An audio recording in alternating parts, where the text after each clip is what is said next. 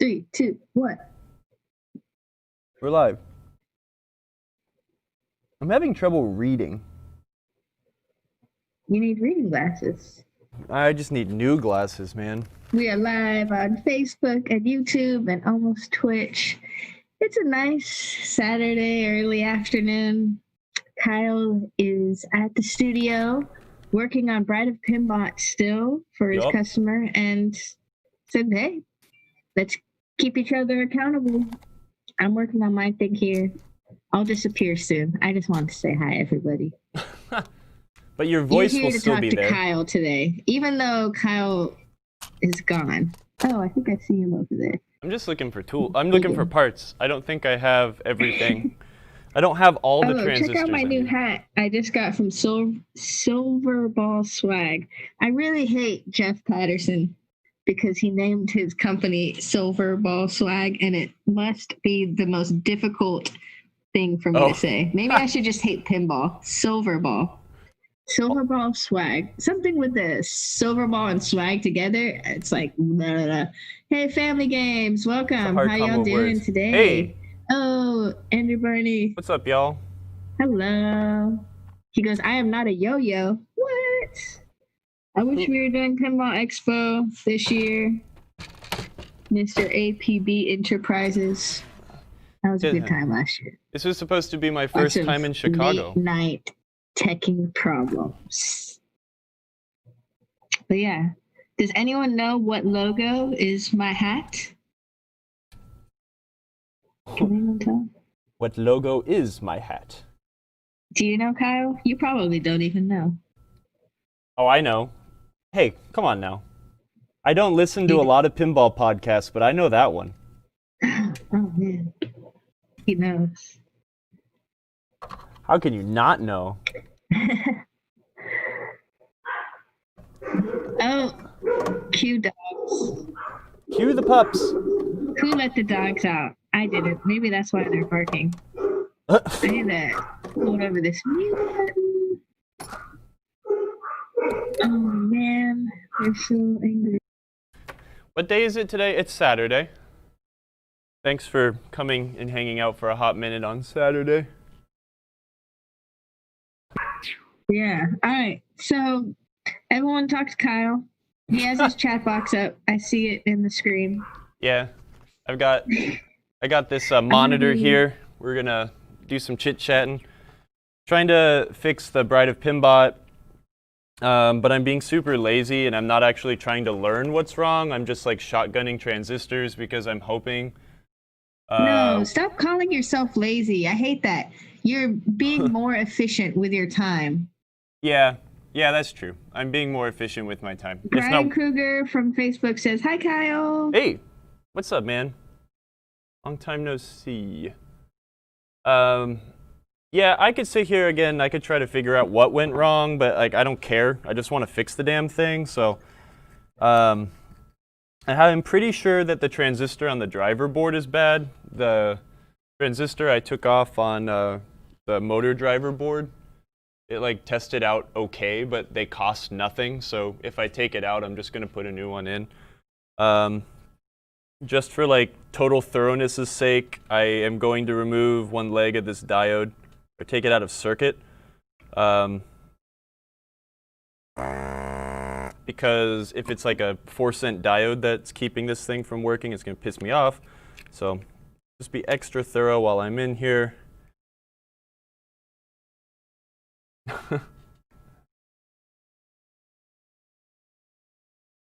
Yeah, when I have to charge people by the hour for working, like I'd like to figure out what went wrong so I can feel like a detective, but at the same time, I don't need to know what went wrong to fix the problem, So let's see what we get on this diode. It's probably going to be fine. I realized I don't have any 2N4403s, the little pre-driver transistors. So when I go into the driver board, I'm only going to be able to replace the tip 102, but I'm hoping we'll get lucky. That's a good diode. I'm just going to pop it back in. It makes sense. Again, I'm pretty sure the way this circuit works is you've got your drive transistor on the board, and that drive transistor drives this transistor. So like the actual load is a lot lower on this guy, but it could be worse on the one up on the driver board. So crossing my fingers, hoping that's the problem. So I figured, since I was going to be here for a little while, and since sometimes if I get to talk, I'm a little more efficient, and I didn't just like put on a podcast and get lost and stop working. So. Oh yeah, speaking of that, weren't you gonna do some interviewing stuff soon? Yeah. I'm gonna start to do some interviews with people. I got Mike Vinacore, a friend. I'm gonna try to he's gonna come in and start talking with me at some point. I'm waiting on him to get me like a total list of every single project, every sort of game he's ever worked on between his time at Midway, which he mostly worked on video games. Then he worked for some companies that did like Xbox, PlayStation, console development. Worked at Jersey Jack Pinball for a minute, and then working at Stern. So I want to get some stories from him, because we've all seen Mike do his pinball talks and talk about the game that just came out and what he did to work on it and how they, developed things. But who the heck is Mike Vinacore, and why is he so cool? That's what we want to get to the bottom of. I personally know, I know Doug Watson, a pinball artist. I'm going to get him to come and do some stories. Doug Watson has a very fascinating story, and he's worked for, since the early 80s in pinball. So he's got some cool stories. I've got my good friend Michael Schiess at the Pacific Pinball Museum. He's going to sit down and we're going to do a talk. We're going to kind of do an interview and a promotion for their new art exhibit that would be open right now if the pandemic wasn't shutting everything down. But they're doing a Pointy People exhibit, which would be pretty cool. The kind of modern art that came out in the 60s, Christian Marsh and Jerry Kelly from Bally and Williams, respectively. So, what was the EM site that teaches classes? Look up Mark Gibson and Fun with Pinball. Yeah, they're doing that. Funwithpinball.com. I will get you a link for that. I love it. When is the next one? Have I signed up for the next one yet? I've been helping. Carrie, have you ever been to the Fun with Pinball EM school? Do you even work on EMs? Oh. I've been helping David with some technical documentation for that program. David Valansky is one of the coaches on the show. I'm hoping to do maybe a little series, maybe on the weekends or something, of having David here teaching me to be more efficient at my troubleshooting with electromechanical games. If I wasn't here right now, I would be at home. So good for reading schematics. Here you go. Here's a link to that. It's free to sign up. You sign up, you say if you are, what type of participant you are, a coach, an owner, or an observer. Owner means that you have an EM game that has an issue that you would like people to discuss over the repair clinic, in which case you would need a camera ready to go and good audio. So then you can actually show everyone your problem, and then everyone helps fix your problem over the live stream, which is awesome. Yeah, it's great having a personal coach there instead of just asking people on the internet and have them spit out 10 wrong answers and maybe one good one. Yeah, it's super cool. They're working electromechanical games. I like how they can catch on fire and still work. Though magic smoke isn't as scary on EMs. Sometimes that magic smoke can be pretty dangerous. I had a customer bring me. EMs catch fire faster than other games. Not necessarily. Like more. Oh, really? Yeah, you can have. It goes both ways, man. I've seen some games turn into wiring harnesses on solid-state games turn into fuses and catch on fire and melt before. It's pretty gnarly. Ooh, Gavin posted a really good picture on Pinball Enthusiasts that was someone had put a 15 amp fuse in like a 2 amp spot and everything was like burnt and melted. It was so sad. That's why we've spent so much time boring everyone by looking at every single fuse and fire before we started really working with it. So, sorry, I missed a bunch of chat here. EMs are my favorite right now. Carrie, you got to start working on them. They're really fun. Electromechanicals are the games I enjoy more right now than anything else. Everyone thinks that every WPC game is worth its weight in gold, and it's kind of obnoxious. So I've been buying up a lot of electromechanicals, and I really enjoy working on them more.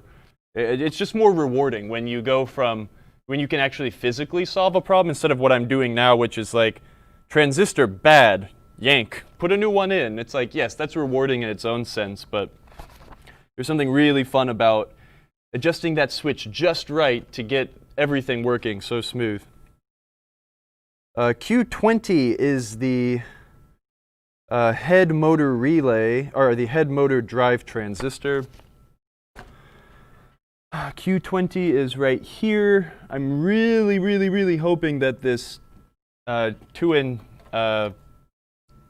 what is it? It's a 2103, I don't know. I just don't have any in my toolbox right now because I am very out of parts, which is hilarious because I am the product manager at Marco Specialties, but, you know, my problem.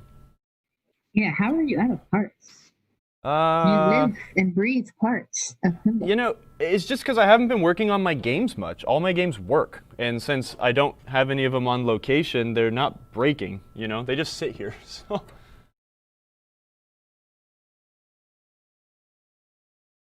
Nice, Mitchell Reader's here.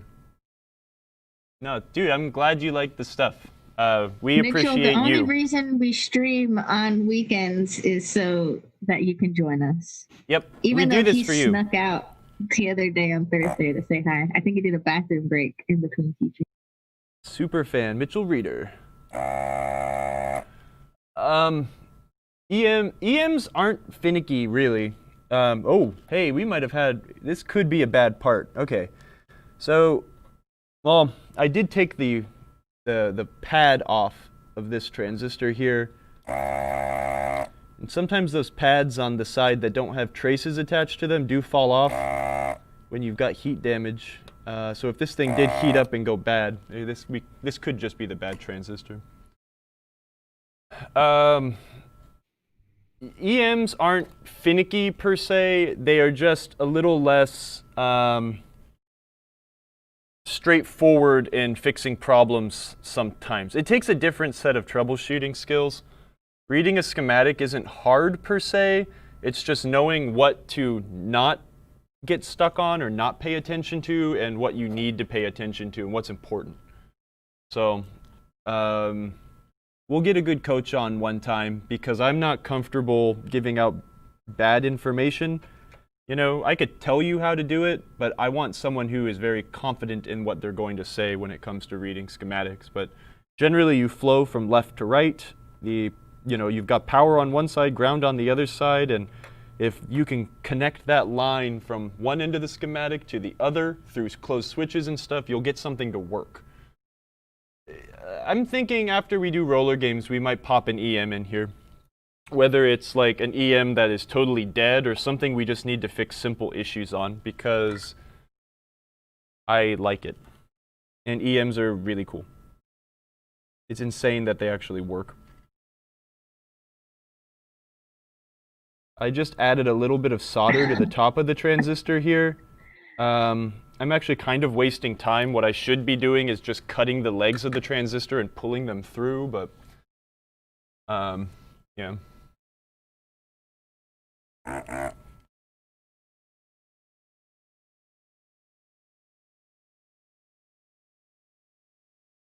get that really hot and suck. Yeah, that pad didn't want to stay on the board either. Even with the, oh, I found the pad.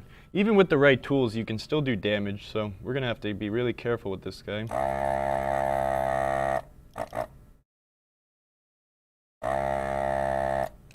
I don't recommend using solder suckers, like manual solder suckers, when you're doing something like this, because the chance of yanking the pad off is so much higher. Yeah, okay. Here's the DEF CON option for removing a transistor from a board. Flush cutters. Leave enough room to pull. We're going to snip each leg.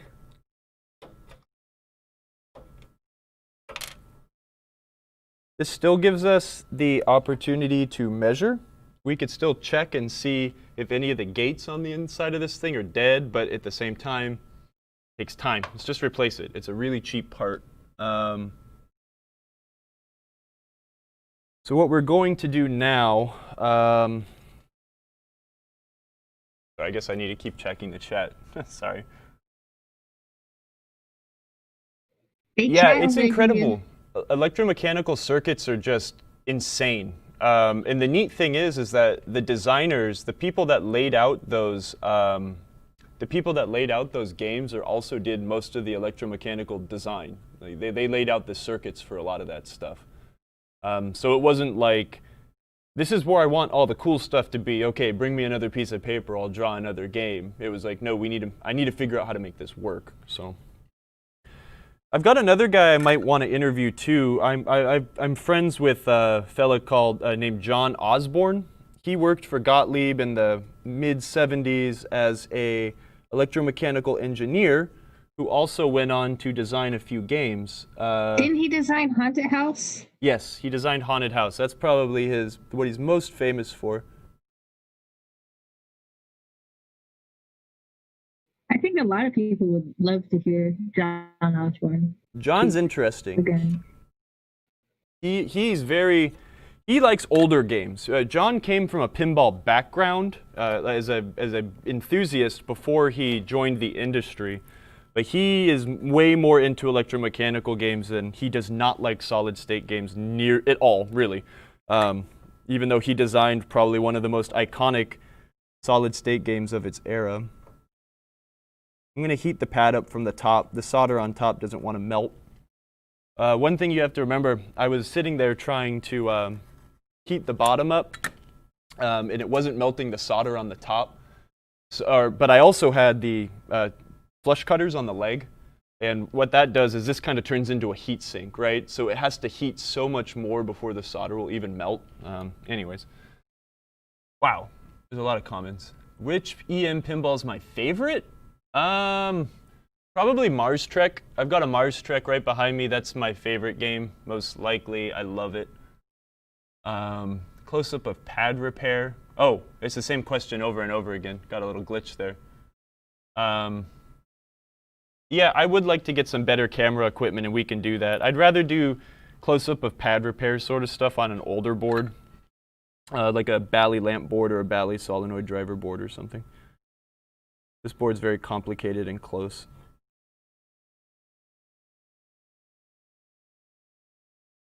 All right. Whoa, why did the chat like duplicate like crazy like that? Yeah, it blew up weird, happening? Huh? It looks like maybe it's a problem with YouTube, because all those comments were coming in from YouTube for some reason. I'm gonna suck the solder out from the traces through the top of the board gracious. Here. EMs are too slow for Carrie, but he does love the smell of them. EM, you just have to have an EM set up right. I'm getting an Aztec just so I can smell it every day. Do you remember that cologne by the Mod Couple? They made like a little new in box. It's like a cologne, and it came in a little box with a little mini words are hard. Anyways, it was supposed to smell like pinball. That is hilarious. I do not remember. Grasp the EM smell. Hello, Magic Dudo's here. He knows all about Aztec. He's the reason I'm about to drive 8 hours to go get my new Aztec. I gotta make space in the house first, though. Mayor Court says, "Yo, Kyle, how's the repair going?" Is Mayor Court the YouTube version of Cordy? Yeah, a while. It's going okay so far. I mean, I don't know. We'll see. I'm just shotgunning parts right now because that's going to be the quickest way to get this thing working again. And hopefully it will work 100% when we're done. If not, we're going to have to dig in. I'm going to get it. I don't know. I don't have another Bride of Pinbot to reference right now, but I think we'll be okay. I do have a lot of WPC parts, so if this driver board ends up being a problem, just for giggles, I might just swap another driver board in to confirm. I'm just replacing the drive transistor for, sorry, I keep double checking what's going on this board here. I've replaced the drive transistor, but these boards utilize, they call it, it's a pre-transistor, so it's kind of a little guy that kind of gets this guy going. And I don't have any of these. And generally when I go through all the effort to take this board out, I just replace both of them. But since I don't have any of these, I'm really hoping that it's just the main transistor that's bad. And in most cases, that is the problem. A couple pads did come off. It's kind of it's a very common thing on these boards. But it's okay, because all the connections for this transistor are on the bottom side, so not that big of a deal. Keep forgetting to look at the chat, I'm sorry.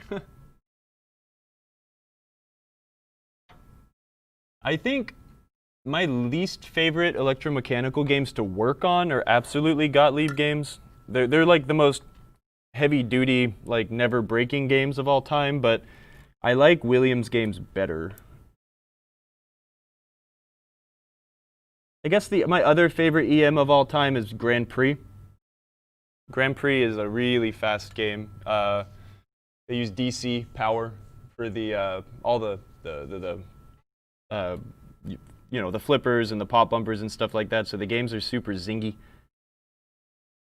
Where the Gottlieb games feel a little bit slower, but it definitely takes a better player to keep the ball in control on some of those games.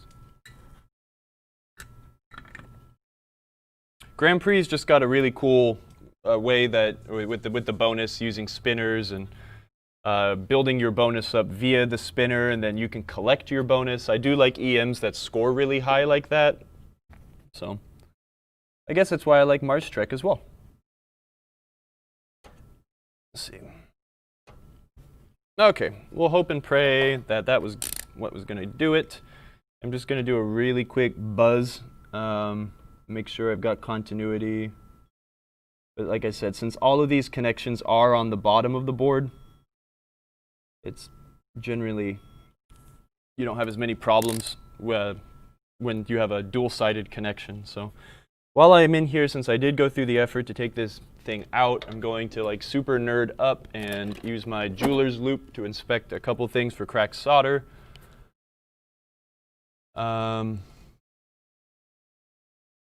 I'm just realizing how bad my eyesight is. You're like Scrooge McDuck. Yeah. I really need new glasses. I've had these glasses for way too long, and I'm realizing I'm blind.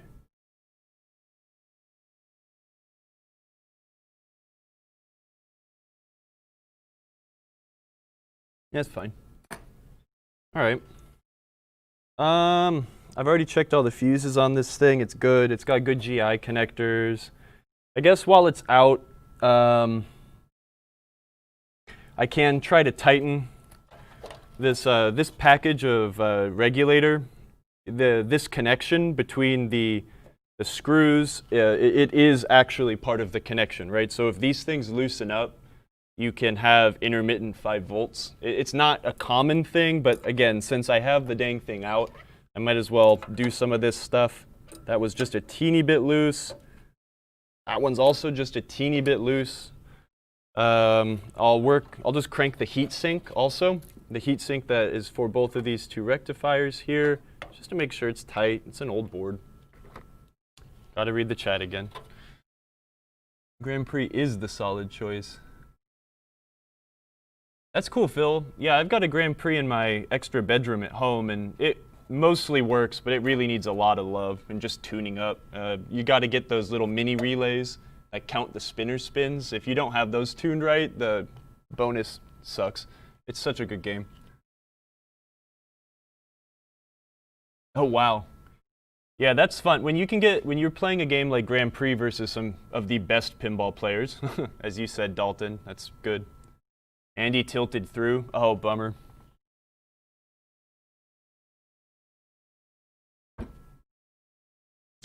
Okay, this is a very handsome board. I feel bad because I removed a few pads, but I'm also probably the person that will be working on this board for the rest of this game's life, so I just have myself to blame. I'm going to throw this sucker back in, and maybe, just maybe, we will have a head that actually works.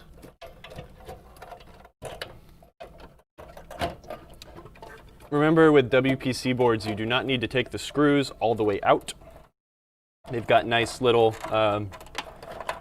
channels, so you can loosen the board, slip it up, and then slip it back in.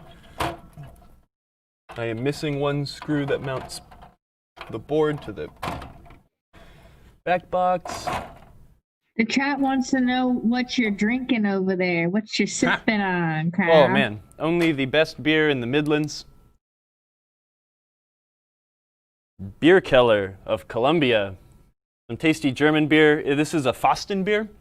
It uses some roasty malts to make it's like a 5.5%, 6% lager style beer, but it's a little roastier, but it's very smooth and sweet. So it looks like a stout, but it drinks like a lager.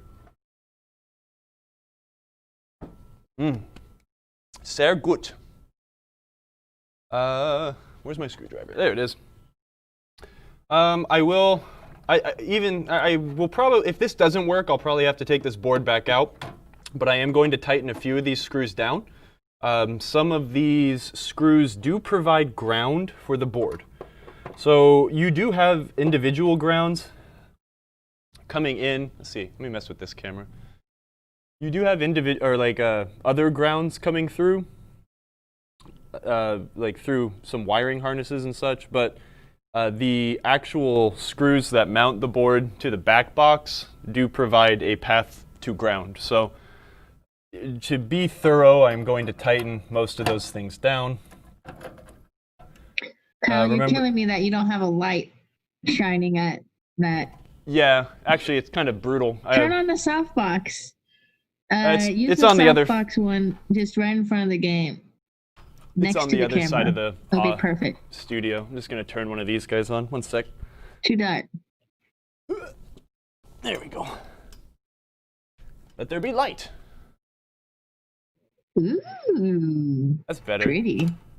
Now, see, I feel bad, Emoto. Am I distracting you from all of the editing you're supposed to be doing right now? No, you're not. Okay. I'm doing good. This is awesome.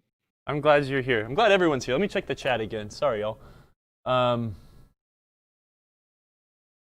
Grand Prix in Florida. Yeah, my Grand Prix is pretty dang nice also, but you run into the problem with a lot of those old Williams games where they have like sunken inserts. Some of the inserts just kind of start to cup pretty bad, and it really can make the games play wonky, which sucks. But, you know, the game's older than I am, so I will give it credit where credit's due. It's lasted this long, and it's in good shape. Sometimes I like to use like epoxy resin, a slow-setting resin epoxy to fill in some of those bummer hole sunken inserts. That can really help with an older game. I hate replacing inserts. Most of the time it's not worth it. Sometimes you need to. But it does turn into a snowball project at certain points. Where you'll replace one and then suddenly the rest of it looks like crap and you want to replace all of them, and it turns into some real work. So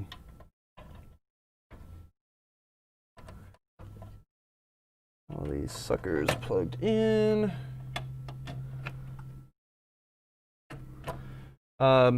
Make sure when you're putting a big old WPC board in that you don't have any squished connectors just magically hanging behind the board, because it happens all the time.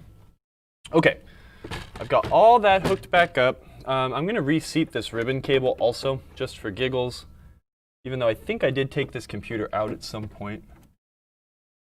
I'm going to make sure that I have the motor... King D-Bag says, I think that board needs about 25 more connectors on it.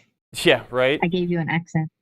25 more connectors. It's they're a pain in the butt to take out, but it's a lot better than a System 11 board because at least they have those slits where you can like loosen them and then take them out instead of having to take all the screws out. But it's funny that Williams was like, oh, System 11's like way too bloated. Let's make another system. And then the driver board is like super bloated. It's annoying. Okay, these are plugged in. Oh, I didn't tighten that bottom left screw down on the motor driver. The motor driver is probably fine. I won't need to take this one back out. The transistor, I don't think it was bad, but I just changed it anyways because I took the board out, put some new thermal paste up against the heat sink. The diode checked out okay, so probably be fine. Let me plug this sucker in. I'd really like to be able to start playtesting this game. The customer keeps reassuring me that he doesn't need it back right away, but I kind of want to get paid for it, and I also want to play it, so let's turn it on. Hey, there we go. I think right away the thing started turning. As soon as voltage was applied, the head was turning previously, so I'm pretty sure we fixed it. This is the side of the head that the game's supposed to be on. I believe you start off with the eyes. I can see, I can speak, and then she turns into the machine, and then she turns into the woman, the metamorphosis. So I'm pretty sure it's okay. And the reason it's not spinning is because it sees where it's supposed to be. So let's go into test, and we can see, I guess I could do helmet manual, which will allow me to turn it. Uh-oh, I don't like that. It's not doing anything. Okay, I hear the relay clicking. Homing head, please wait. Okay, nope, I think we still have a problem. I can't slam tilt out of this. I'm just gonna turn it off real quick and double check everything is okay. We do have juice hooked up to the motor. Make sure these connections are okay. I might take one of the faces off just so I can observe the switch and make sure everything's plugged in. I do remember the previous issue, though, was as soon as we applied power, the motor started turning. It never stopped turning.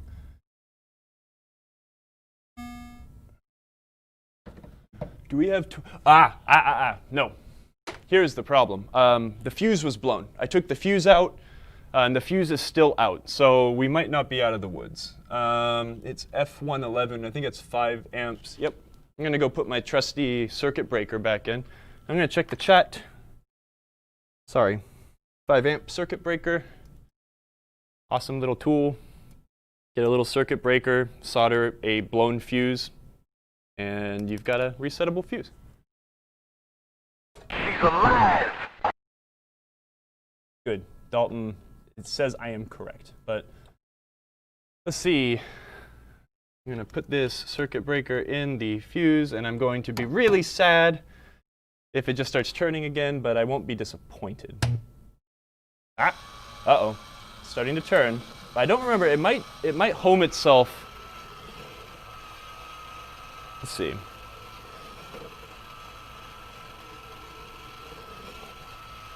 Okay, it's not stopping. So if I take it into test, it does stop. I don't remember what voltages test cuts off, but let's see if I can manually adjust the head here. Okay, well, I think we're okay because the motor is stopping. I need to inspect the switch now. The switch is still on.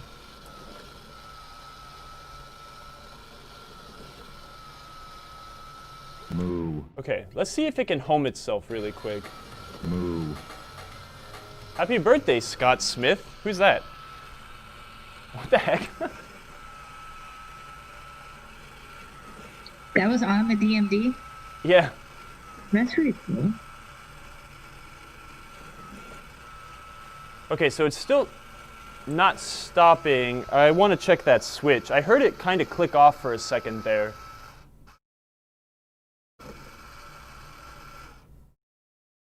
No? Hey, we fixed it. Oh, I'm so happy. I'm so pleased with myself. It's like I know what I'm doing. Okay, that deserves a sip of beer. You all witnessed it here. Kyle didn't forget how to fix pinball games. Okay, so the rest of the stuff we need to do today, and I'm hoping I'll be able to finish it today, and there's no reason I shouldn't be, unless I get like hyper lazy, but that's why you guys are here to hold me accountable. I need to get all of the lamps working for the 5 amp slow. Sorry, I was going over my toolbox to get my 5 amp fuses. We got to get the, whatchamacallit, the helmet. We have to make sure we got all our feature lights working on the helmet. I need to rebuild the flippers, and then we can start shooting the game. I did shoot the ball around a bit before I put everything back on to make sure I didn't need to adjust any lane guides, but it feeds fine on and off of this ramp. This is a new ramp, the center ramp, so I made sure that everything's still lined up and it was dandy. So I'm actually very pleased with myself, and I think the customer will be excited because this game hasn't worked for 10 years, what he says. So let's zoom out a little bit. Let's see. Really?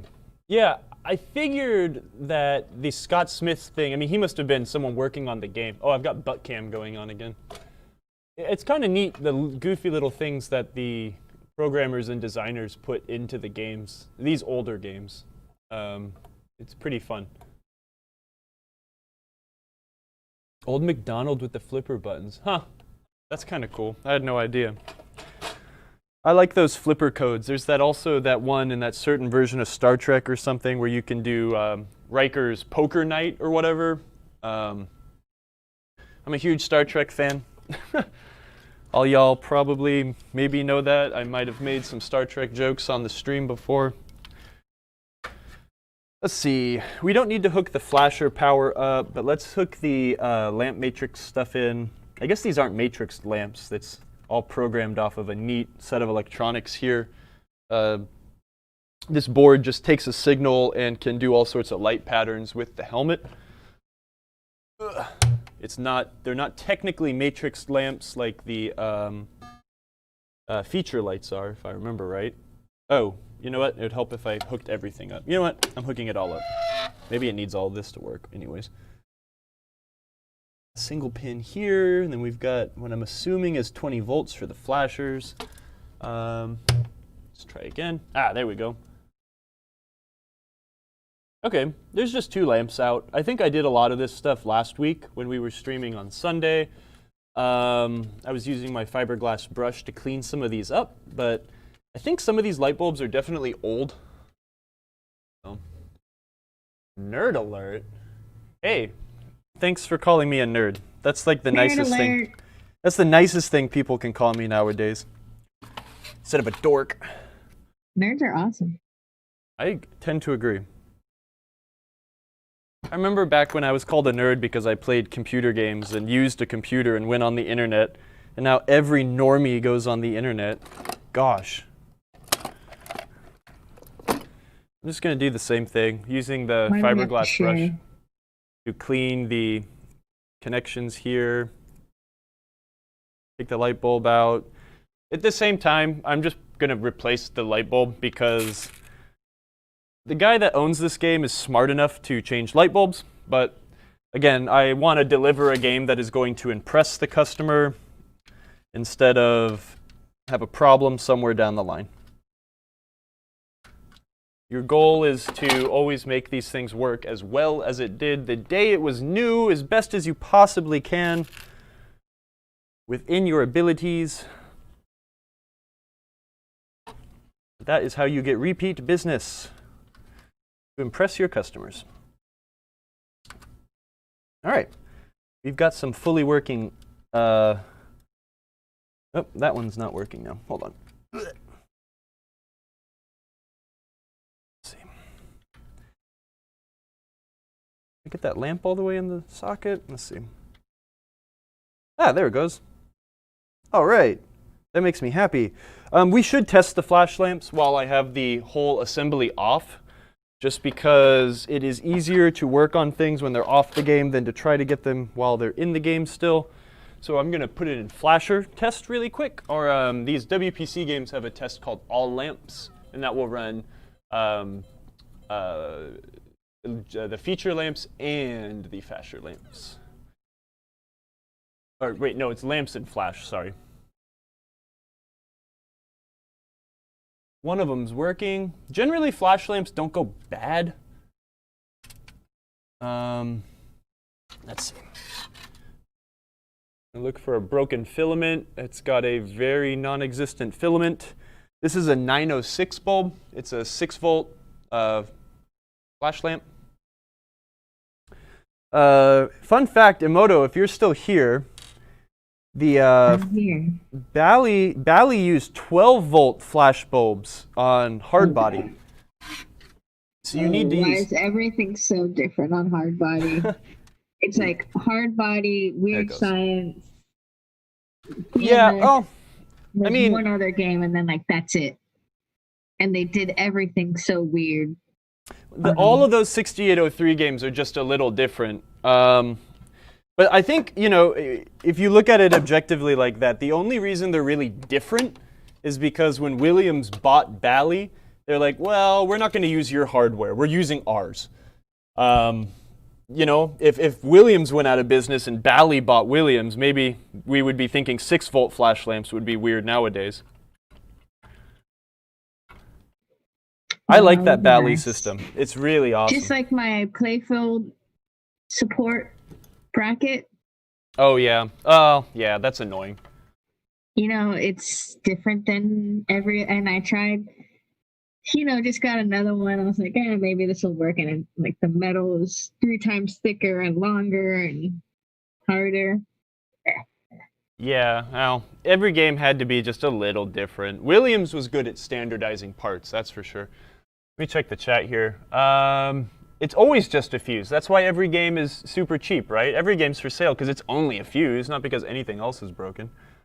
SLC Punk 2113. Hey, SLC Punk, I just read your unsolicited advice. Did you talk to him about that already? No, I just saw that. And I think that is a great idea. There is a cart option. If you are logged in to your account, when you add items into your cart, they will stay there forever until you take them out. Yes. If you have an account. But at the same time, too, it is dependent on cookies and like the cache stored for the website.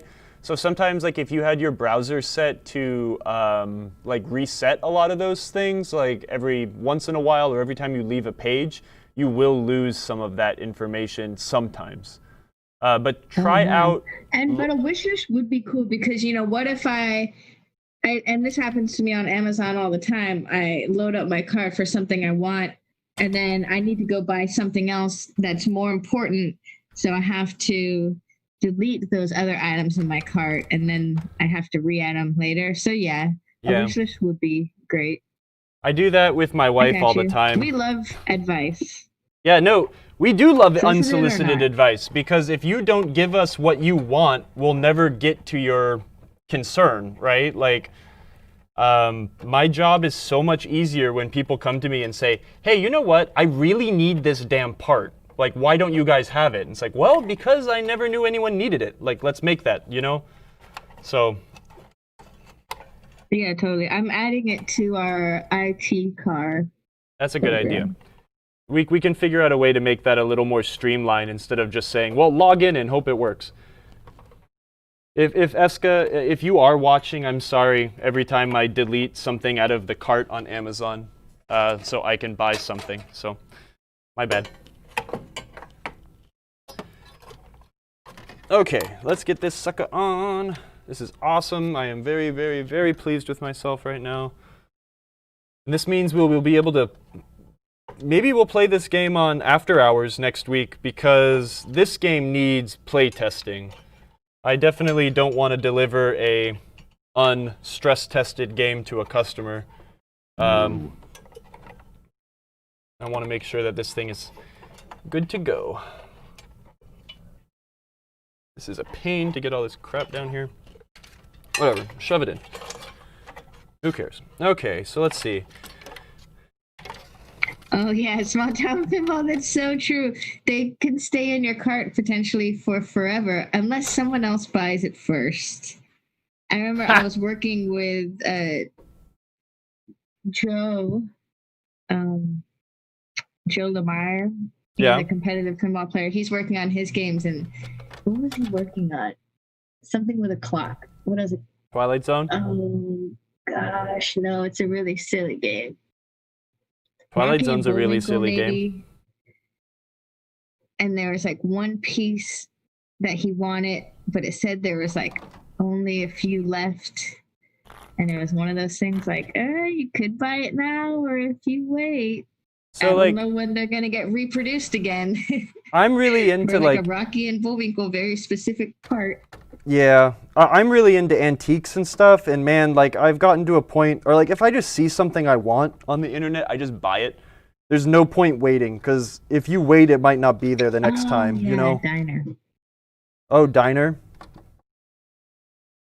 But, you know, another thing too is, you know, you're not annoying me if you want to send me an email or something, be like, hey, I kind of want this, but I need to wait a few days or something. It's like, if you need me to check stock on something, just send me an email.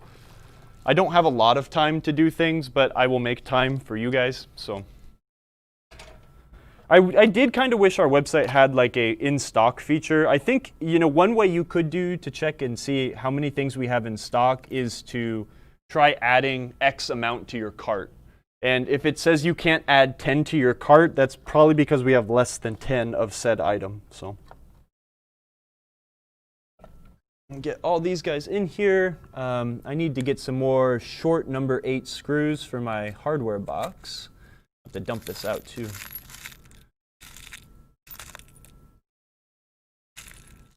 I love pinball parts. Man, I just kind of love pinball, you know? I feel very lucky that I've gotten to dedicate most of my life to pinball. Bitchin'. Okay, there's a couple pieces still that need to go on the game. They're mostly like clear plastic protectors, but they're hella dirty. I'm gonna take this guy apart and see if I can get it to unyellow a little bit. If not, I actually might just get this reproduced. I know that people remake plastic protector sets, but this is a piece of plastic that you don't need to replace every piece of plastic on your game, but if you really want your Bride of Pinbot to look good and get this yellow out, I might get some of these cut if we don't have them already. I don't remember. Hey, check it out. I have flipper rebuild parts in here. Cool. Okay, so I can rebuild the flippers. All my soldering iron's off. What's up with the chat? Sorry, y'all. We love you. I love SLC Punk. That's such a great movie.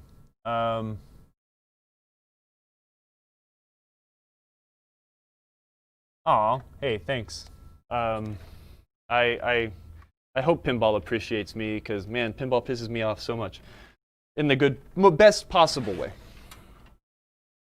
Okay, we're gonna route this harness really nicely. Most of it goes up here, so what we're gonna do is tuck it. I just don't want anything. No, I guess actually the factory routing was probably this way.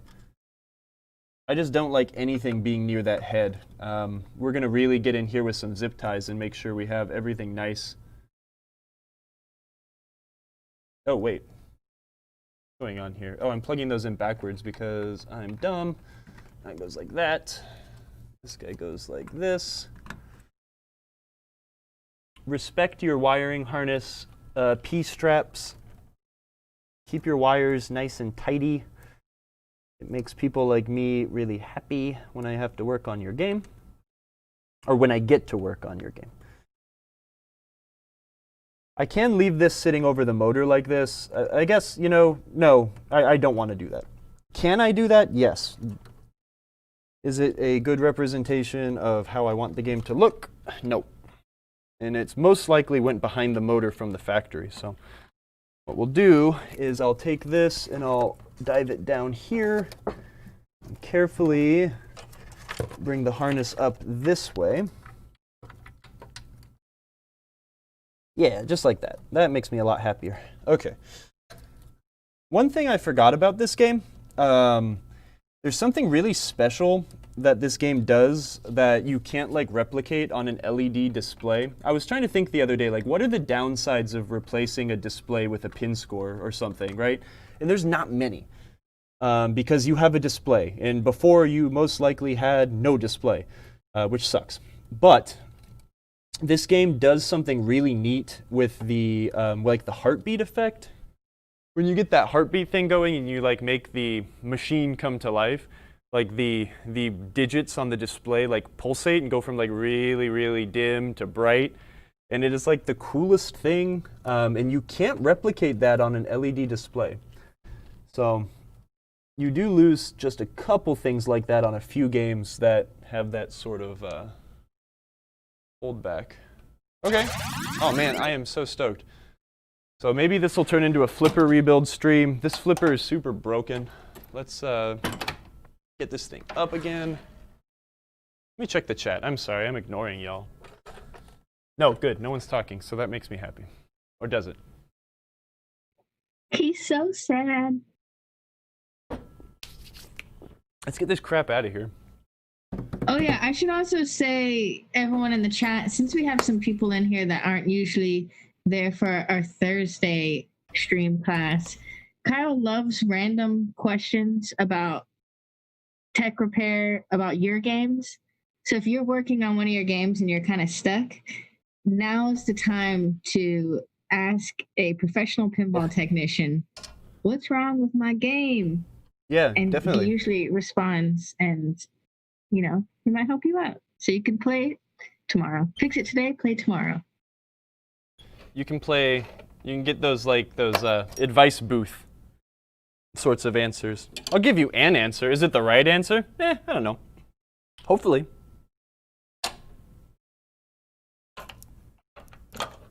Yuck. These end of stroke switches actually look pretty good. I don't think I'm going to replace them, which is fine. You don't need to replace them every time. The flipper cranks, etc., those are going to go. I probably need to use the compression springs again, kind of like the problem I ran into with fire. I don't think I have any end of stroke brackets in my toolbox right now to convert them, but it's also not necessary because this is a game that is going to live in a home and it will be fine. So let's see, I need a 3/8 inch wrench and I need my 5/30 seconds Allen driver. Which LEDs were better at dimming in, Wish LEDs. Yeah, well, I mean, Stern got it right when they went to an LED display. I don't remember when they did that, 2012-ish, who knows. Their LEDs can be programmed at like 4 or 5 different intensities, so they can get some cool effects out of their modern LED dot matrix displays.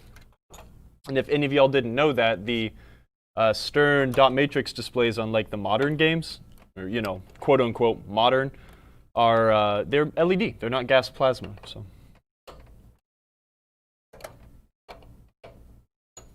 it would be nice to get rid of these old flipper cranks. I don't like having to use 2 tools to adjust them. The new modern ones that were redesigned at some point are so much nicer.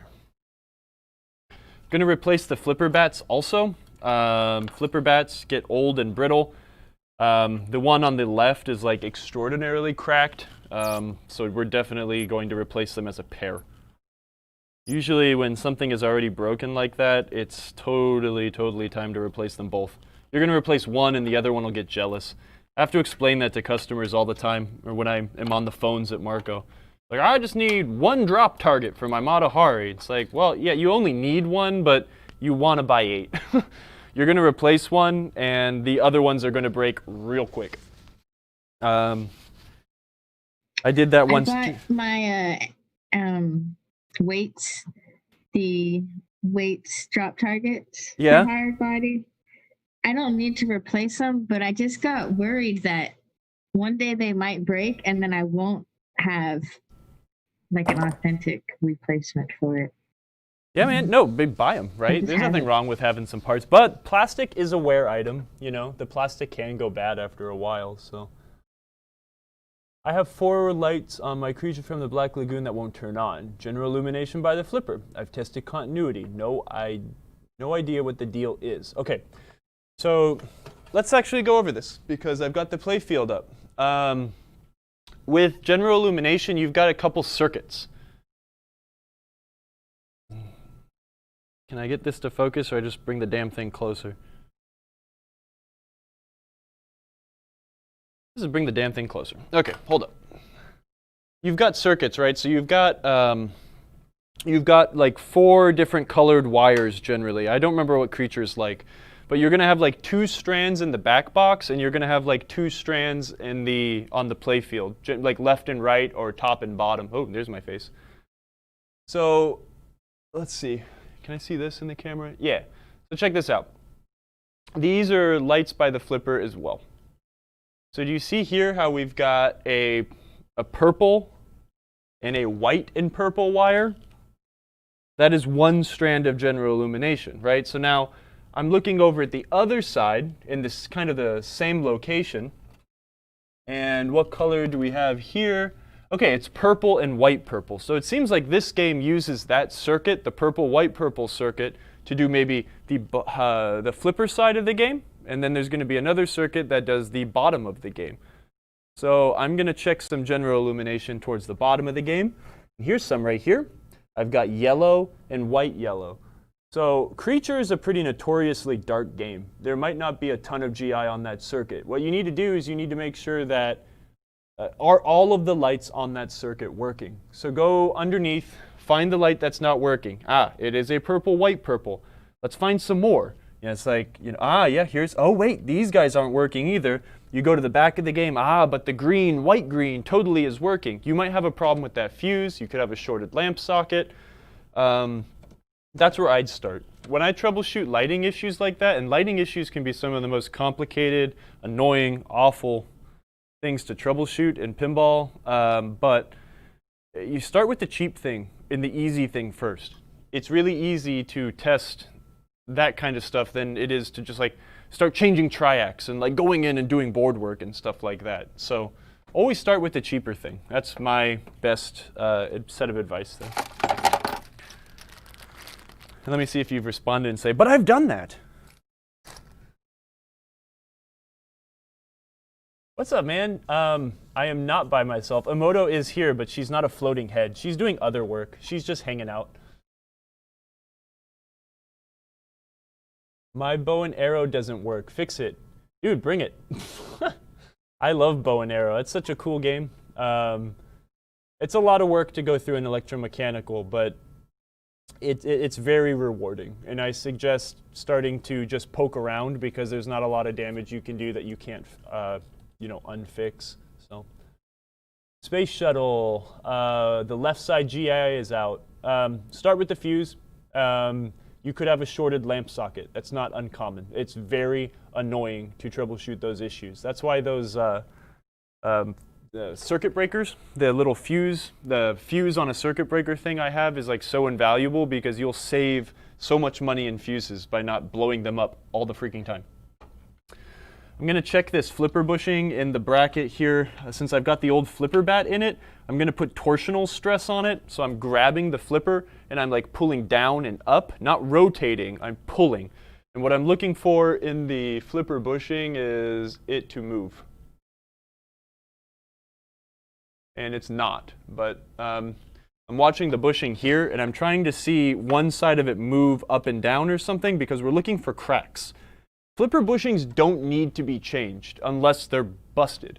If I wanted to keep this game working forever, should I just change the flipper bushing? Like, yes, but am I going to? It's not worth my time. It's not worth it. It's not busted right now. And the way this game is going to get played for the next 20, 30 years is going to be in a home, and it just will not, we will likely not have a busted flipper bushing in that environment. So if it does break, it's not the hardest thing to change, and I'll just have to put my tail behind my legs and go to the customer's house and fix it, but it's not that big of a deal. Yeah, shorted lamp sockets are a nightmare to find though, man. You know, it's a matter of unsoldering lamps from each position and figuring out which strand or you know, grouping of lamps is actually busted. So, I gave this tip on PinTech, but this is the way I always tell the direction of a flipper pawl. You know, you've got your end of stroke actuators, and there's a left and a right side. The end of stroke actuator is this guy. What I always do is when I put the pawls with their upside, right, it's shaped up like this. When they're facing away from me, if the pawl is on the right side, this is a right side crank. If it's facing the left side, it's a left side crank. And that's how I keep it straight in my head. So we're going to get this right guy. We are going to continue using the compression spring on this flipper assembly. So I'm going to remove the expansion spring bracket right here. An expansion spring is compressed, and then it stretches out, and it expands, and then it goes back home. A compression spring is open at rest, it compresses, and then comes back home open. So this is a compression spring, and that's what the early flippers use. I will also have to modify the links to accept these compression springs. You can get the link all kind of goofed up and it will break your spring. The earlier Williams links, they were tapered at a different angle. You can still get them that way, and if you ordered the correct flipper rebuild set for, say, your Bride of Pinbot, they would come with them. But since I have to fit all of my parts into that tackle box, I don't carry both, because I can modify these guys and save space in my parts box for more valuable parts. I just got a thumbs up, so that means you're on your way, right? My bow and arrow is gonna be here in a couple hours, and we're gonna keep ripping that spinner, right? I love that game. Bow and arrow, Grand Prix are special because I just love spinner games, man. Especially electromechanical spinner games. There's nothing better than ripping a well-tuned spinner and hearing that chime unit really rack up the points. It's magical, man. To modify this flipper link, I will use my flush cutters. This thing's really gross. Here's the old link. It's got a lot of coil dust on it, but do you see the shape, how it kind of comes in at a V compared to the modern flipper link, which is a little more rounded. The nuance is teeny, but not modifying these things can cause the compression springs to crack, and then you start losing your flippiness, and you have to replace the spring. So we'll modify this guy. You know what? It's beer o'clock. I need a little bit more beer. Delicious and good for you.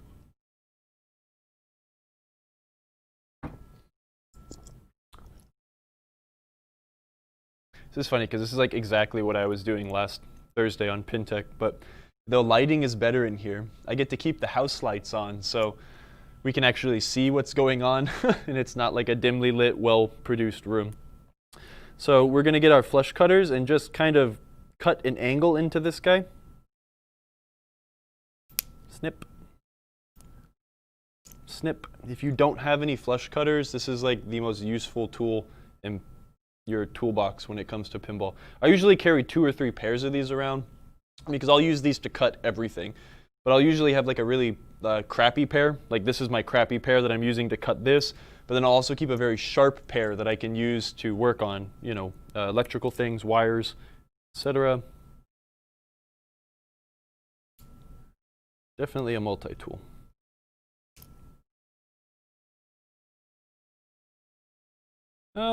That's probably good enough. I don't like the amount of bite I got on here. There we go. That's cool, man. That'll do the job. So what we see in this situation is now we've got a spring that seats well, and it won't creep up around those edges as easy. I mean, if we put it in a really unnatural state like this, yeah, it will. But you know, the way that these things sit in normal operation is like this. So this spring can't creep around the side of the link and start breaking these links, and then thus making a very weak spring. So we had done did it.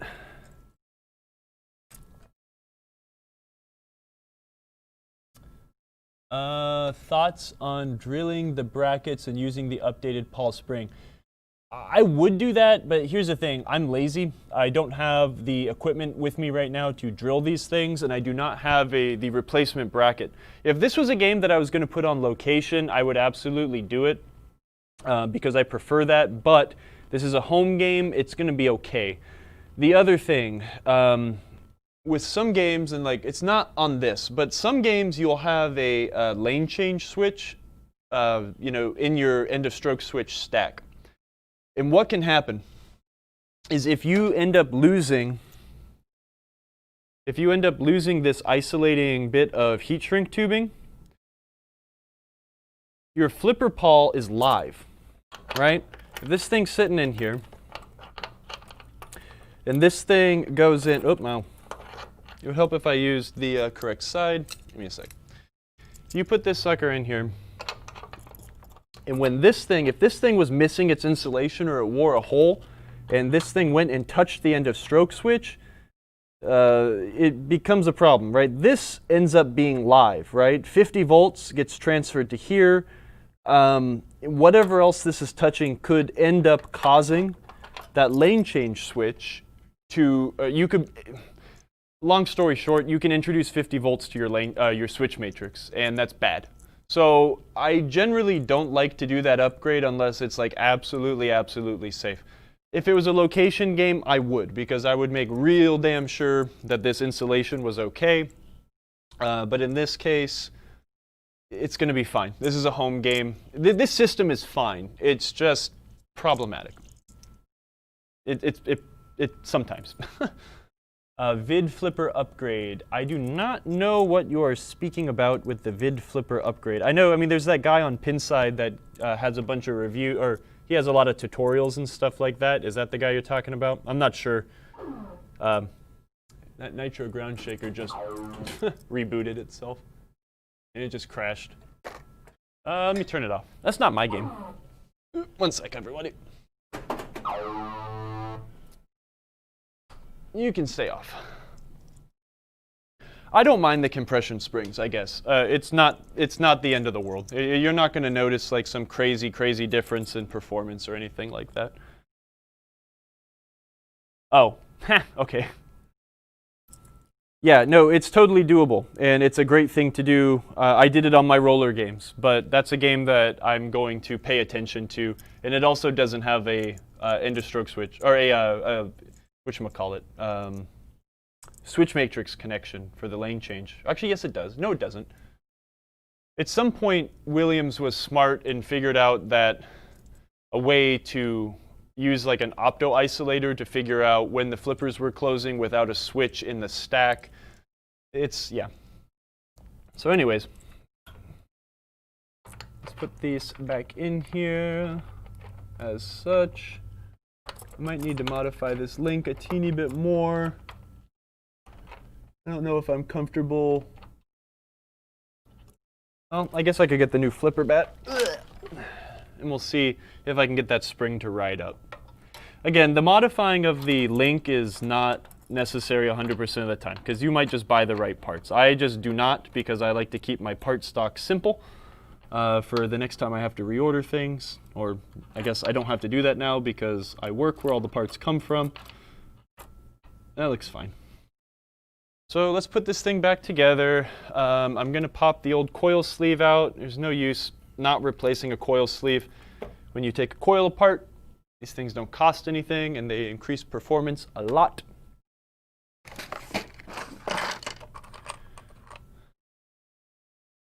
The coils in this game are mounted in what I'd call the correct orientation. We've got the lug side and the diodes facing away from the coil stop.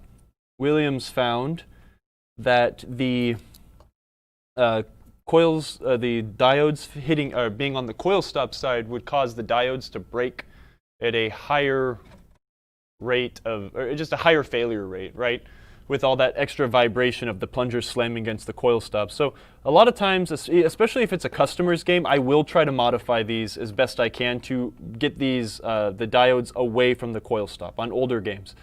Sometimes that involves lengthening wires, but it's worth your time. Again, you know, there's not a lot of profit in pinball. So when I am doing a service call, if I have to go back for any reason, which I generally try to warranty my work for the most part, I've basically lost my profit margin by having to drive all the way back to the customer's house to replace a diode or a broken wire on a flipper coil. So I try to do this upgrade as often as I can. It's a good quality of life thing. This coil is fitting goofily into this bracket. Let's see. Hi, I'm back. How's everything going? Things are going okay. I'm glad you're back because you can entertain people while I go use the restroom really quick.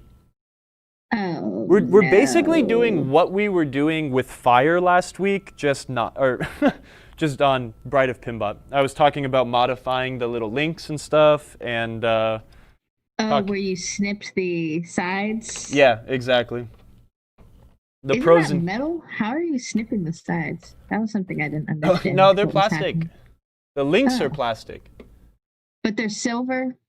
Yeah, they're Plastic? silver. Okay. So yeah, to me, I was like, how is he cutting that metal? With his He-Man strength. little tools. I was thinking you were strong, but No, I'm not. I guess I should check the chat really quick so I can give everyone something to ponder over while I go use the can. Why isn't this fitting up in through here? This was installed this way before. What do we have going on? Let's see. It's lit pinball. Look at all your awesome emojis. Thanks for gifting so many subs the other day, Garrett. That was amazing. Yeah, that's super cool, man. That really made our week. It was so really fun to excited. see that happen. And Kyle, you have a It's Lit Pinball shirt on the way. And so do I. Sweet. From him. That's exciting. So we'll wear it on one of these weekend shows or Marco After Hours. I'm gonna throw it on as soon as it shows up at the office, man. Yeah. Ah, there it goes. Okay. Sometimes the coil sleeve doesn't want to agree with you, and it sits in a little goofy. One thing I am doing too, there is one difference, before I go use the restroom, one difference between the older flipper links and stops is the older coil stops with the V-shaped flipper link that uses this compression spring. So, right, every game before Addams Family, right? Addams Family was the first game to use the Fliptronic system. They do use a shorter coil stop and a slightly longer flipper plunger. So it's not ideal to use those parts willy-nilly interchangeably because you'll get flippers that sit up at a crazy angle like that if you use the shorter plunger and the shorter coil stop. So I am replacing them with the updated, more modern lengths. And again, that's mostly to keep my toolbox inventory easy to manage.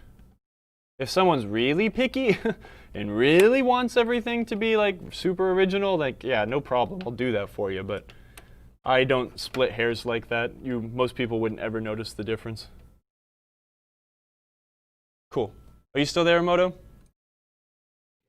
Yes. Okay, cool. I'm running away. 1 second. So everyone that's in the chat, how many PinTech episodes have you participated in? And or is this your first time seeing a PinTech live episode?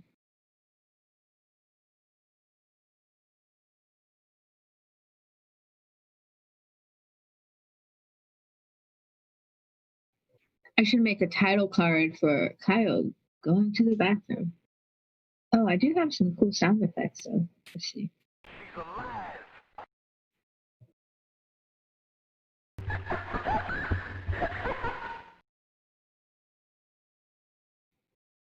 Thanks for the follow.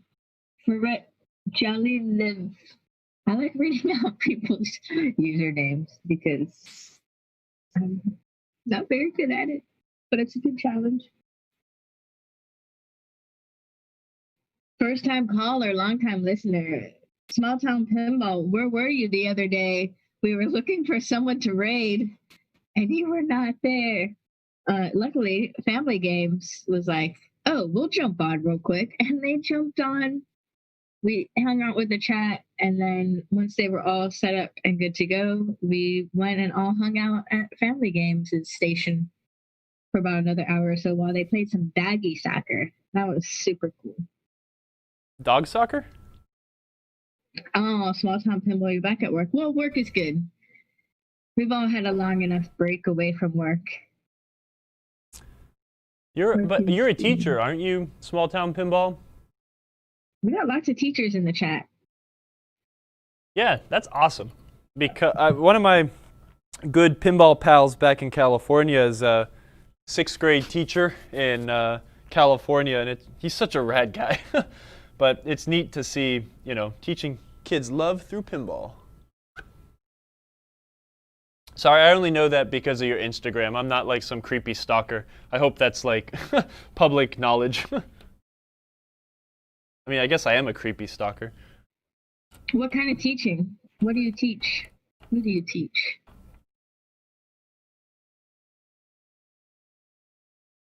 Music teacher. Oh, that is so cool. 5th through 8th grade? Oh my gosh, that's a dream job right there. My middle 5th school. and 8th music teacher. So wait, is it like orchestra or band? Do you get to that level?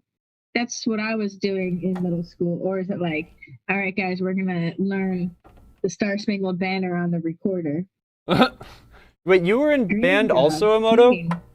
Choir. I was in orchestra. I was second chair in violin. Whoa, And that then is so cool. I stopped playing violin because my orchestra teacher was so mean. And it just made me never want to play violin again. I played the clarinet. And then I just started playing more video games. I just like bass instruments. I played the clarinet in middle school, and then I switched to the upright bass, and I've been playing bass guitar basically since I was in 6th grade, I think. I play guitar too, but nice. 4 strings is way better than 6. Were you in a band? Not band, but a band? I was in many bands.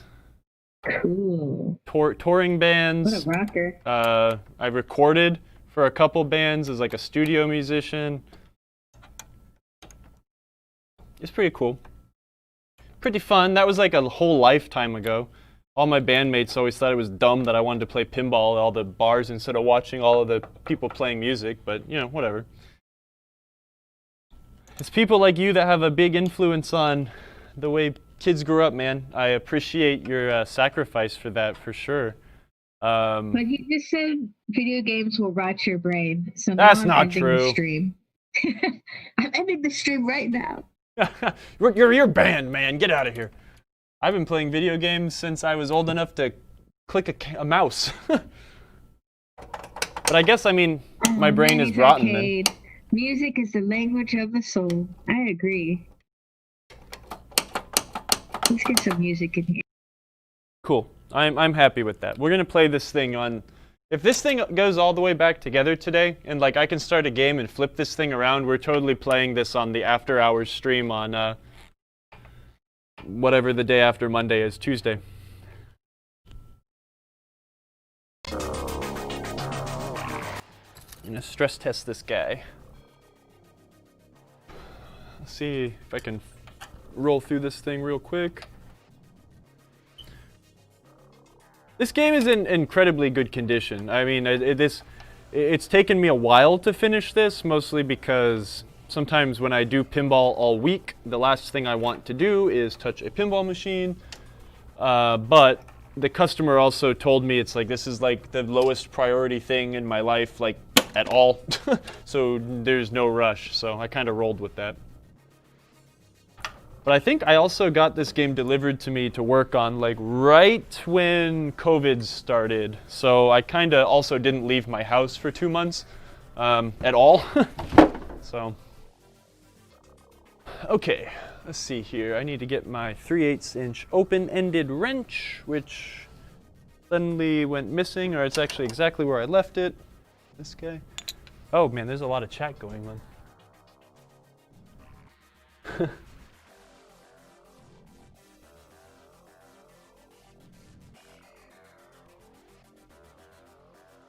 What are we streaming under, Emoto? What's like the little taggy on Twitch? I know that we're on like Facebook and YouTube right now too. Pinball. Pinball.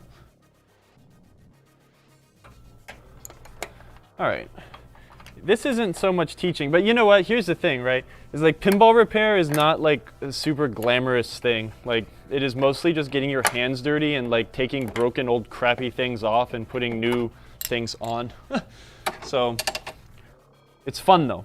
It's always fun because it's always there's always something new to learn. That's one thing I really appreciate about, I've been doing pinball for a long while, and I'm absolutely positive that I've not learned 25% of what I need to know. There's so much involved with these things. It's amazing. Ugh. Come on. I'm going to keep this flipper because I like how broken it is. It's fun when you get carnage like this.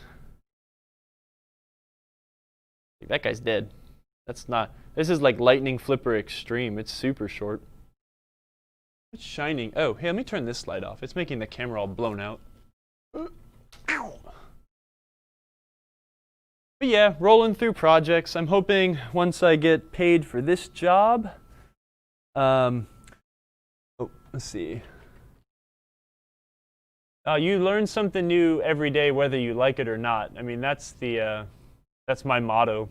If you don't come away learning something new every day, you did something wrong. Do I use a flipper bushing gap tool? I've been doing this long enough where I really don't need the flipper bushing tool. I do not have one with me, unfortunately, but I should have one when we're doing this, like on our standard Pintech show, to show people how to use it correctly. But I just eyeball it. The thing is, you're really just looking for a little bit of gap. You're looking for some gap. If it is super tight, they will bind. If you have too much gap, you can cause the linkage to bind by having this thing sitting at an angle like a teeny bit further down, causing this thing to not want to turn how it should. So you're looking for like about a credit card's thickness worth of gap. So it doesn't bind against the bushing and it doesn't sag too far to where it's going to be grumpy. Put this out and throw it over there because I can. Let's get that other flipper that's a little bit longer. Where's the other bummer flipper? We'll check this bushing to see if it's cracked. It doesn't look cracked.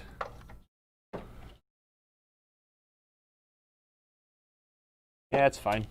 One thing I will do, and I didn't do this on the other side, but I can still kind of get to it, is make sure that they're tight. I got about a quarter turn out of that one, and that one, and that one. Always be tightening. That's my motto. I can't get to the other two on this one. I feel bad now, but it'll probably be okay.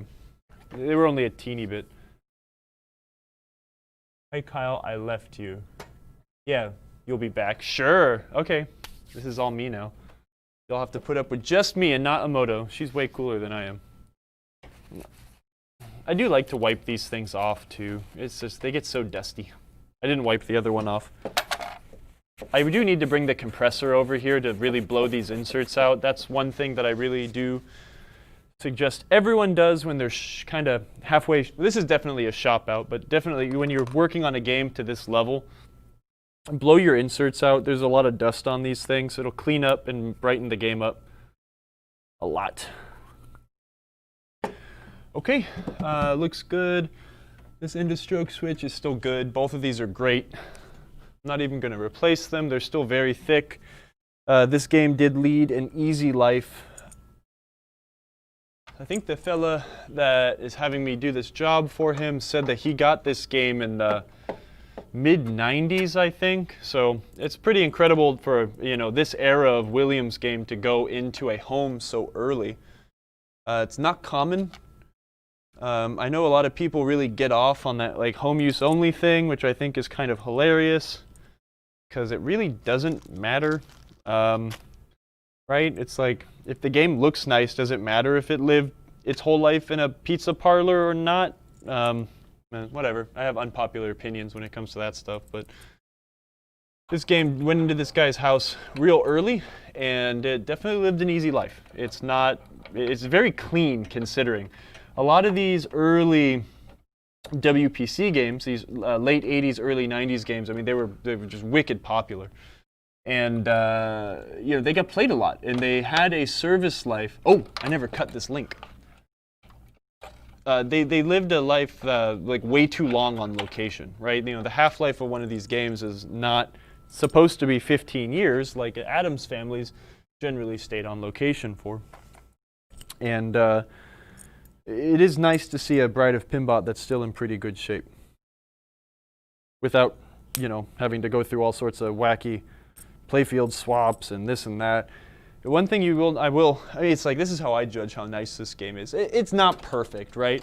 But you don't see a lot of Bride of Pinbots that have any red still around the heart, right? For some reason, when Williams, the ink they used on these silk screens or these decals and stuff, they fade to yellow right away. And it's not, this one is absolutely fading to yellow, but seeing a red heart still on an unrestored game is pretty cool. It's super faded on the sides though. It's, this side is way worse than that side, but anyways, those are the things that I find curious. Cut the link, give the spring its place to live.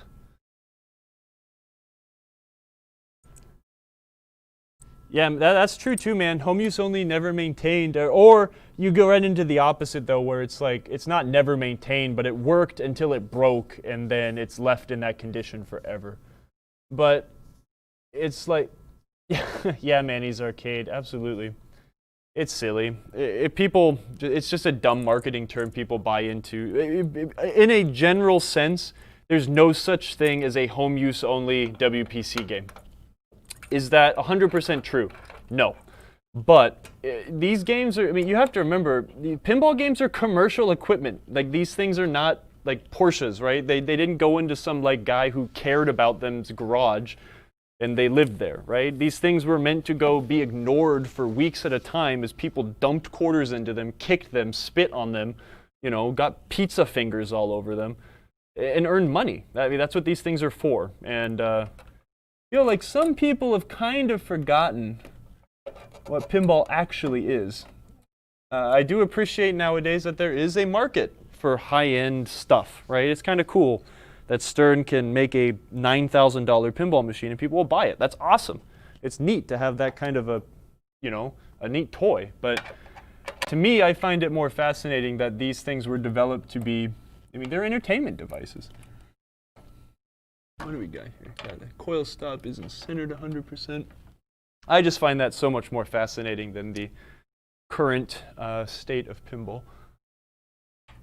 Now, that being said, there were a lot of pinball games that did go into the home early. Twilight Zone. They made a ton of them. People loved them, but you know what? Operators didn't, and players didn't either. Players found Twilight Zone to be kind of a dud, and operators operated them until they paid themselves off, and then they got rid of them.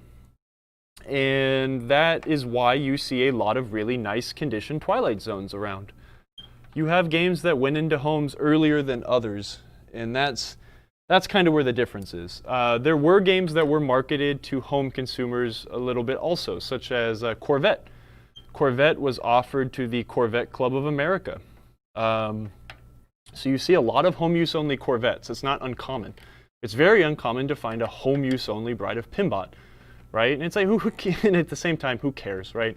The game is nice. I'd be so stoked to have this Bride of Pinbot as my own, no matter what life it lived. But I can tell that this game went into a home early. It's very clean. Games that were on location for a long time, you'll see a lot of this black dirt, like all around the flippers, right? There's a ton of flipper coil dust. I mean, these inserts are very clean still. All the mechanisms are very clean. The game is Really doesn't have any playfield wear. It does have a Mylar piece over it, which is awesome. That definitely saves the condition of the playfield for a while. So, anyway, sorry. I'm ranting now. Let me check back in on the chat. Pinball works till it don't. Yep. Absolutely. Oh my gosh, yeah, flip photos of the shooter lane. Gosh, man, that drives me insane. I think is the dumbest thing. Say, hey, let me send you a photo of the door handle of my car to prove that I never drove it. It's like, I don't get that. I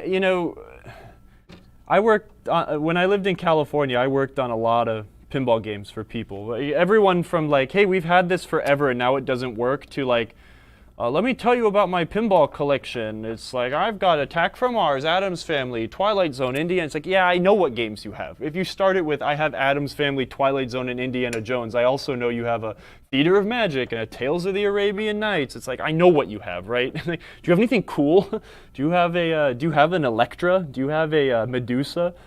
So it's like, I don't even remember what I was saying. But it's just funny, man. It's goofy what people think like makes the huge difference in selling price. I'd much rather have a game. Oh, I remember what I was getting at. Sorry, Kyle likes to rant.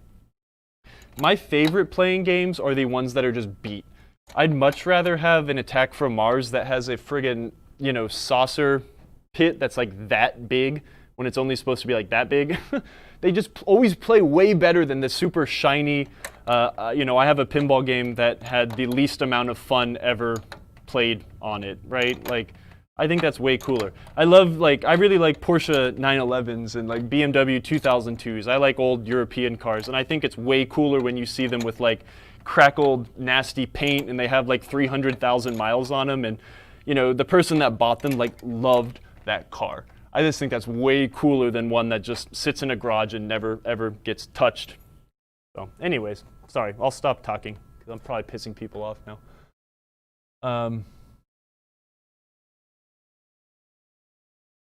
That's right, man. Yeah, less rejects out of those wrecked scoops.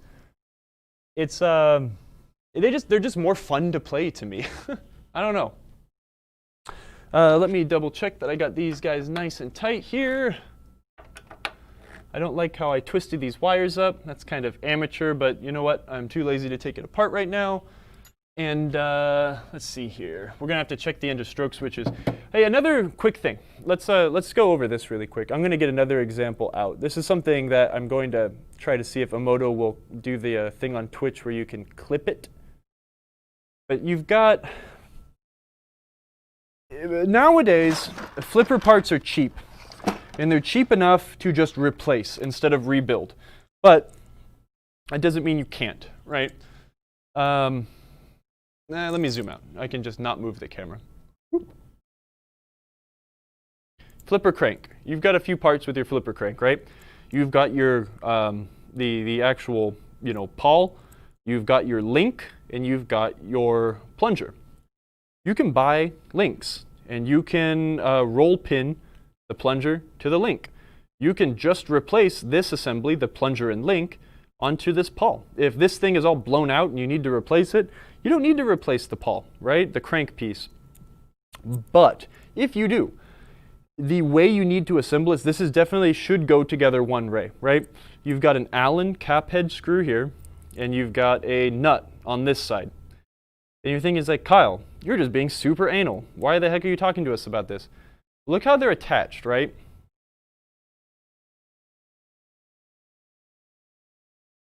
You can work on these things without taking them apart if the cap head screw is on this side. Because you can go like this, and then I can find my wrench I keep losing. Here it is.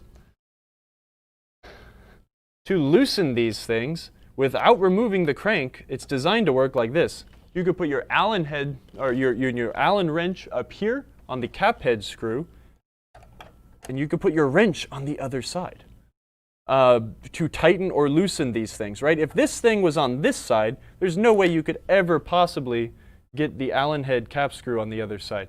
So to keep these things tight, or if you needed to service this to just replace the bushing or something like that, these should be installed this way. It's just better form to have the Allen head screw facing out and having the 3/8 inch nut on the other side.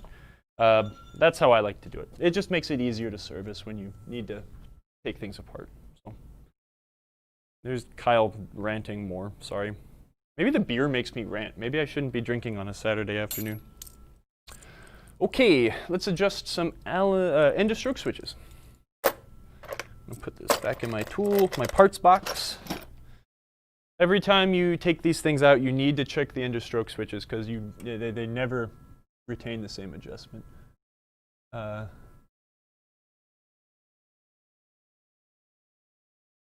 Yeah, I agree, Manny's Arcade. I mean, I've done some like high-end restoration stuff. I don't like to do it because the people that want that stuff done, they're just too picky. And I like games that work better than they play. I don't need a game to be super gorgeous. I want it to work super gorgeous because that's the intended use of the device, right? That being said, my Xenon is like really nice. I really like my Xenon. It's gorgeous. It's like my favorite thing ever, and it's really shiny, and it's got a new playfield and all this stuff. But you know, my super beat piece of crap 2001, or my baby Pac-Man over there, like I love those games just as much as I love my Xenon because they're fun. Yeah, I just, you know, I don't like to keep my games under a cover. You know, I want to be able to use them. They're intended to be used. And if they're too nice, you're afraid to touch them and work on them and stuff. So that's where I'll leave it. This one's perfect, actually. That's nice. I've got a nice little gap here. When you're testing a end of stroke switch, you always want to pull down from the plunger, not from the link. These are brand new parts, but there can be slop between the link and the crank, right? And if there is a little slop here, pushing down here might result with one spacing, but pushing down here will result with a different spacing. I've got about 1/8 of an inch difference between the ends here, and it's got just a teeny bit of wipe, which will help keep the switch clean in the long run. That one can actually be closed up a teeny bit. Yeah, it's fine. Okay, well actually we didn't have to touch anything. Man, that's bitchin'. I'm super excited. I can't believe we actually fixed it right the first time. Tilt Sony down a bit. I'm not here, but I see you. Okay, I'll tilt it down. Is not drinking an option? It absolutely is, but it's Saturday, and this beer is very fresh. I got it from the brewer just 2 days ago, and it tastes nice when it's fresh. Turn this sucker on. I'm gonna get some flipper rubbers out from my toolbox.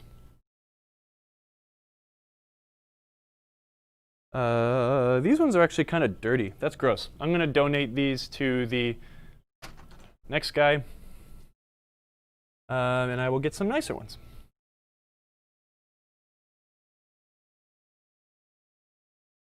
Make sure that the text and sizing and brand are facing downwards because it just looks better and you get more style points if they are installed that way. Okay, so let's recap here and make sure that I did everything right. We have, we're missing our plastic shields. I've got a few of them I still need to attach, but that's not important right now. Most of the feature lights work. I think there might be 1 or 2 that's out, but I'm not gonna deal with that right now on the stream because that's super boring. I have put LEDs into a lot of the general illumination. I'm actually not done because the shooter rod is really gross. We're gonna want to replace the tip and replace this compression spring right here, the barrel spring, I call it. Let's do a little bit of shooter lane work. This is important. This is gonna be awkward. Probably. How do I tighten this? Maybe if I reduce the stress of this cable, it will sit upward. No, maybe not. Okay, how about this? I'll just use a different camera. The shooter lane is something that's like way too often ignored, and it bums me out. When you see like a pretty decent, nice game, and the shooter rod looks like crap. I'm gonna switch the cameras on the computer real quick. See if I break it really quick. Wipe. Wipe, so that's when a switch kind of like will self-clean itself. When a switch opens, one end will kind of be a little bit lower than the other. So when they close, they kind of wipe together and self-clean, which is ideal, especially in an end of stroke switch. So let's see here. Center view. Let's do this. We're going to make the top right view be the Sony, and the center view will be, hold on, not this. Oh, look at that. Oh, it's like I can be a producer too. We're going to do a real quick bit on the shooter rod. This is the action I'm talking about, like, which camera is bigger? This one now. Wipe. So a switch will sit like this, and when it opens, it'll kind of go like that, and then come back in like this. It's a very teeny, it's a micro movement, right? But when the switch opens and closes, it kind of does this sort of an action. And that will clean away a lot of the gunk and nasty. It's a good way to have end of stroke switches adjusted. Get that nasty shooter tip off. That's like an old nasty Wicco, old piece of rubber. That's bad. I'll throw it in this garbage can. 3 points. We're going to, it's got a C-clip. It's annoying. The old ones use C-clips instead of like an E-clip, which is easier to peel off. Let's see if I can get this guy to come apart. But we want to replace this spring. This isn't good. This spring is very compressed, and you can hear, that's not what a shooter rod should sound like, right? You hear that big thud. This thing doesn't have enough rebound ability. Where, let's get real close to like, let's get really close to my TNA. That's kind of a modern game. You hear that? There's no thud. The first interaction anyone has with a pinball machine is with the shooter rod. And if that is not a, if that doesn't feel good, your whole experience with the game is kind of tarnished. I like to try to make sure that that experience is, the first interaction with the game is awesome like that. I'm gonna get in here under this C-clip and kind of see if we can pry upwards and expand it. Since pinball is such a physical experience, I want all of it to feel good.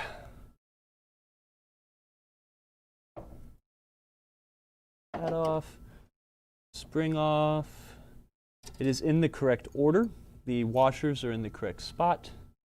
I should clean this thing up. I'll get a toothbrush to clean up this shooter housing. It's kind of nasty, but the shooter rod's kind of gross too. This customer doesn't want to spend tons and tons and tons of money. I'm going to say that this is probably fine, but what I will do is I'll hit this with a scouring pad really quick to try to make it not brown. Some of the plating is worn off. I'm going to get rid of these washers too because they're gross and they're cheap. So get rid of that. The shooter rods are a little bit more money. The customer wanted the game to be beautiful, but he does not want it to be like way overdone. So seeing the two favorite machines next to each other, very blessed. Which ones? Xenon and Bride of Pinbot? If so, you have great taste. I like these purple scouring pads. You could get like the blue one or the green ones too, but I like these because they're just a little bit rougher, and they do a good job of making quick work of rust and nasty. And what are these called? Scotch pads or something like that?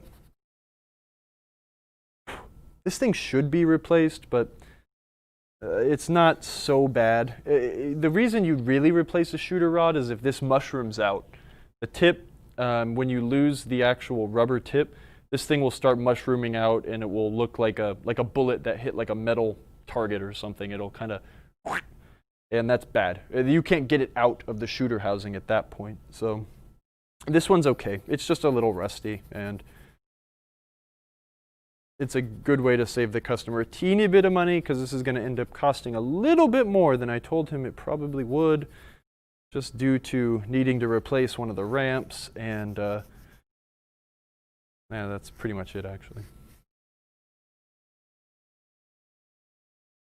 Better to have I like doing these with a drill. You put this into the chuck and then spin it, and you can just go.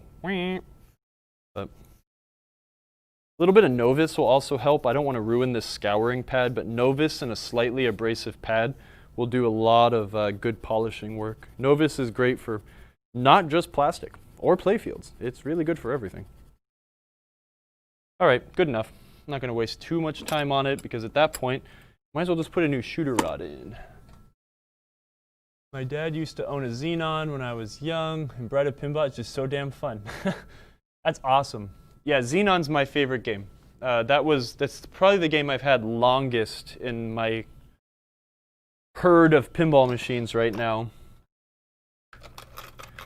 I got Xenon from Pixar Animation Studios. It belonged to a lady that's worked there forever.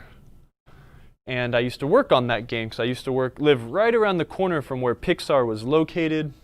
And she wanted to sell me the game because I loved it so much. And I still love it. Well, that's all sorts of goofy too. Let's see. Let's replace this. This is a special sleeve for the shooter rod. Does it need to be replaced? No. Is it ever going to get replaced again? No. Let's just replace it. You'll find them cracked a lot, and that's the main reason you will replace these things. And the reason you find them cracked a lot is because they are assembled incorrectly. These coil sleeves are a little bit, they're definitely smaller than a standard like coil sleeve. But what you'll find is, did I get the right one? Nope, of course I didn't. One sec.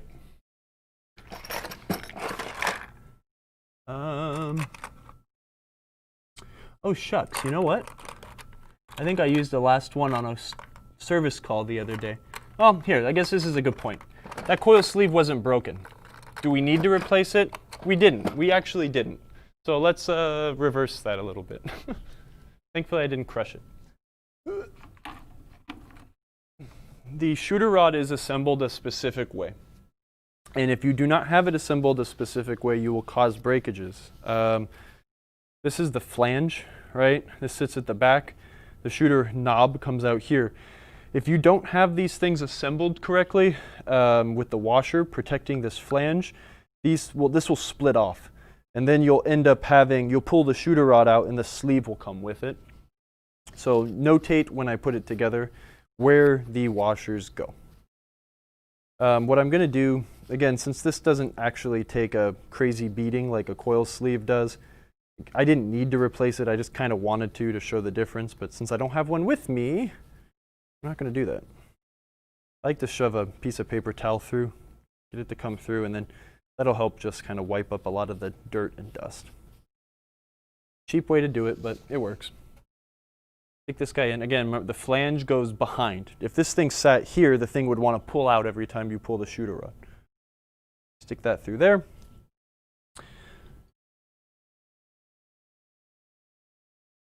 We've got our shooter rod. The way this gets assembled: barrel spring,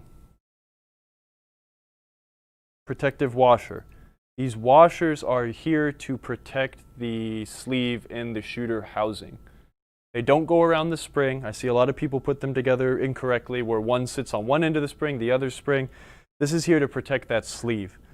So one end goes here. The other one goes here to protect that flange. We get our spring. Since this is a C-clip, I need my pliers to kind of clamp it down again. Now we slide this spring on. We get this C-clip. I snap it onto the shooter rod. We'll kind of hold the shooter spring back that way.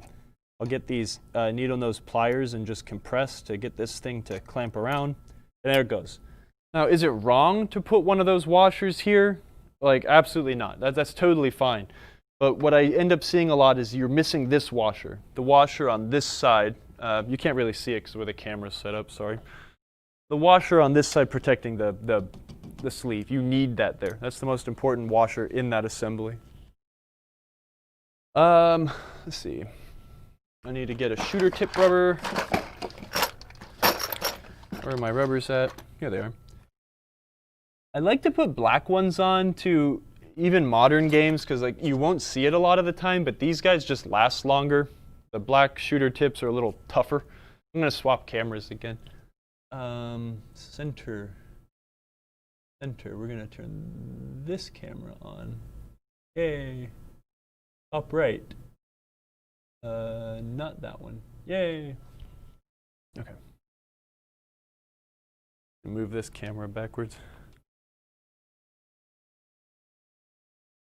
I'm learning how to be like a camera operator. It's pretty rad. But I'm doing a bad job of it. I'm sure Emoto's like, oh my god. Yeah, I like that story. I think that one's fun. It's a special game for me. Put that shooter tip rubber there. Yeah, maybe we will. Maybe it's time to play the game. Which means maybe I should bring one of these cameras over a little bit. And we'll just start doing some preliminary testy stuff. Yeah, sorry y'all, this is not a pinball gameplay stream, so.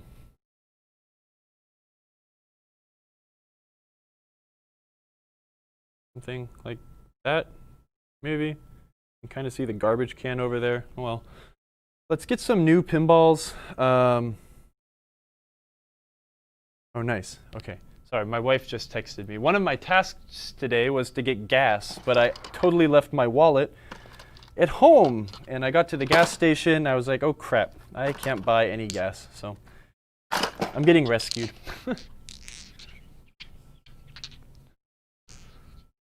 Put 3 balls in.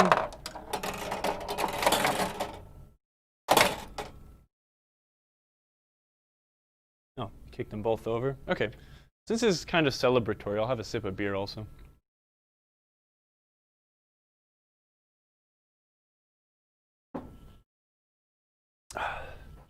Turn the volume down.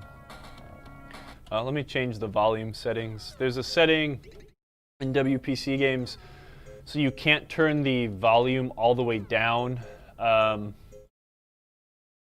It's an adjustment. It's a standard adjustment, minimum volume override. On this game, it's setting 28. I'm going to override that. So now we can turn the volume down a teeny bit more.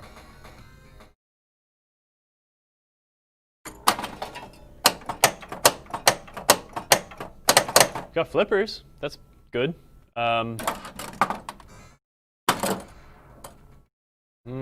Not great pop bumper action there.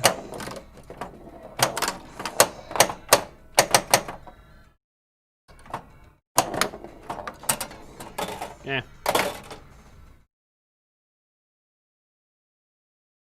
That's more life than this game's seen in a long time. I'm pretty stoked. Hey, 100,000. Wow, no pop bumper action. Okay, those pops definitely need to be adjusted still.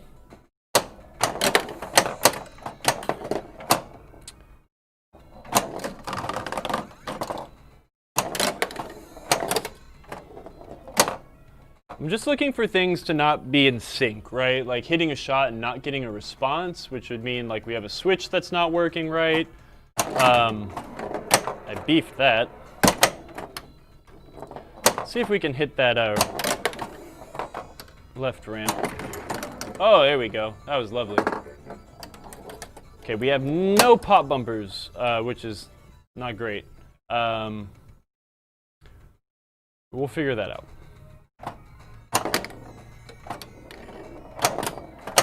The flippers feel good. They've been repaired fine. One thing I'm looking for, the important bit with the flippers, is looking for the transition.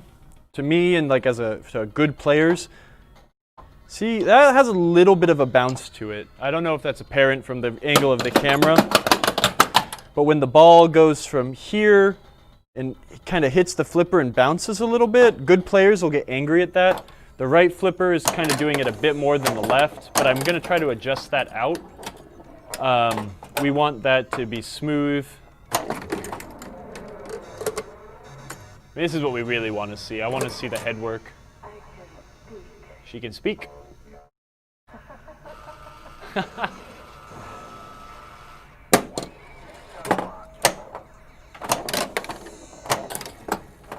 Okay, we really have no pop bumpers. And there's also a slingshot up there.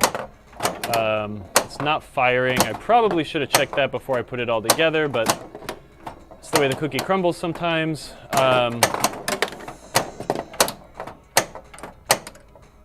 see if I can not cheat at pinball on camera. Send that through.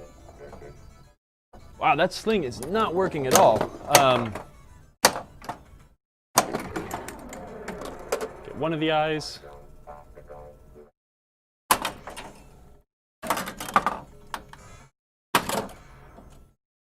Okay, I mean, overall, it seems like we have like 80% workage here, which is good.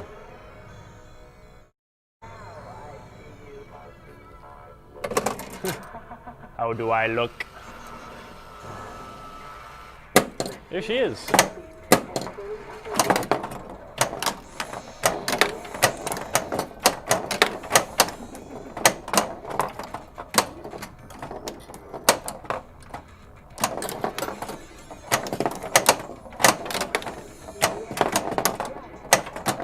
Oh no. Biffed that one. Yeah, that's cool. Okay. I mean, we're mostly there. That's good. Sorry, I'm gonna send a text message here on stream.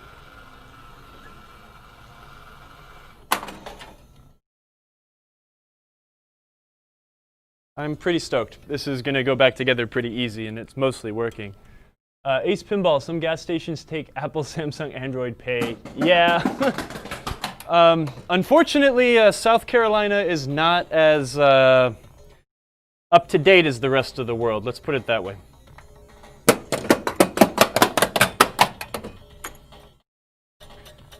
Okay, so we have no slingshots here. These slingshot switches are kind of wired. They're wired in series. They're wired together. So if one of them is closed, the game will never know if the other one is open or closed. So we need to check those. I don't know what's up with the other ones, but these are all things that I expect. It's very rare that you'll take a game all the way apart, put it back together, and it will miraculously work perfectly the first time. We've also got the head not sitting at the correct angle right now.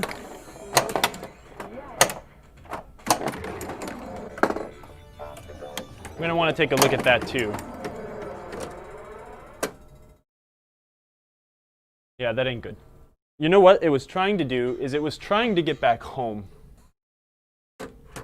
And it stopped for some reason. So we still got some gremlins.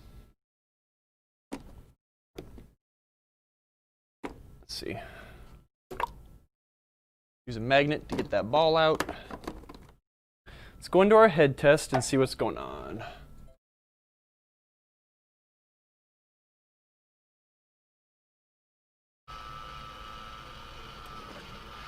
So it just shut off too early. There's only one switch in the head. You'll see it pops on in 3 positions and it's off in 1 position. So the game knows, it keeps counting software how many times it's rotated, right? So the game indexes itself at the start of the game. The head will index itself at the start of the game. And it will say like, okay, here, here, here. Okay, the switch opened, and now I know if I turn one more time, I'm on mouth. Okay, let's stay there. And then it knows like, okay, the mouth thing has gone through software. We'll rotate a prescribed amount of time until we hit, you know, the next side, and then you'll get the eyes. And then once it gets to, again, metamorphosis, the human face, then the switch opens or opens and it's not closed anymore. And then it knows it only has to go until it opens again. It's goofy. I think they could have done it better. Like, right, if there were 2 switches, there'd be a whole lot less guesswork to it, right? But now if we go back here, it's going to want to index, right? Index, robot face, human face, speech face, eye face. And it's probably going to go, and it should stop on speech. So switch is open. Yeah, okay. It's kind of, I don't know why. I'd be very curious to talk to the engineer that designed the thing to figure out why they only used one switch. If that was like a budget constraint thing, or if that was a something else. Oh, you know what? Apparently my wallet cannot be found. Sorry, y'all. I'm turning my mic off really quick. I'll be right back.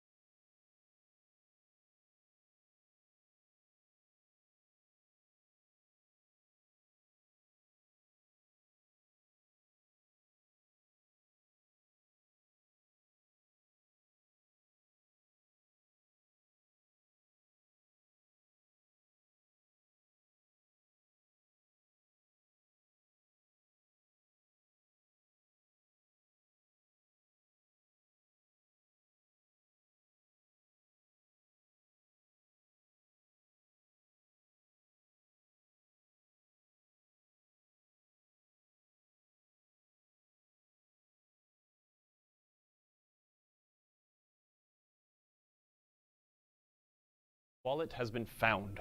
Now I will be able to fill up my Volkswagen. Everything will be good. So yeah, again, the game, it's almost there. There's always issues. The head is a confusing mechanism, so I'm not worried, but this is the reason we play the game 4, 5, 6 times, you know, before I kind of sit down and start taking it apart again, to make sure that we only really have to take it apart once to see what is and what isn't working. I'm going to manually run through the head bit a few times.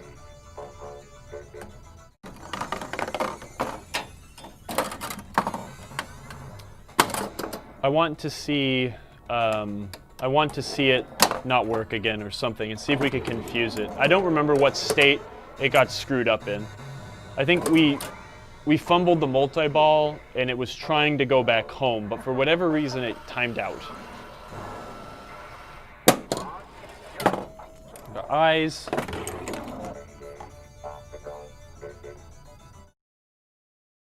Come on, ball.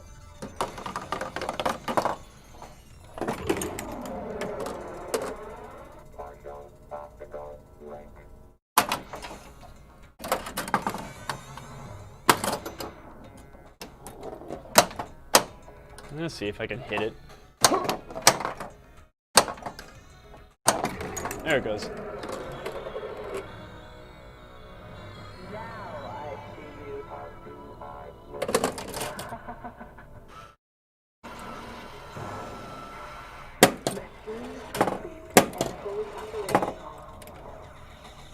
Let's make the hit. Let's make it.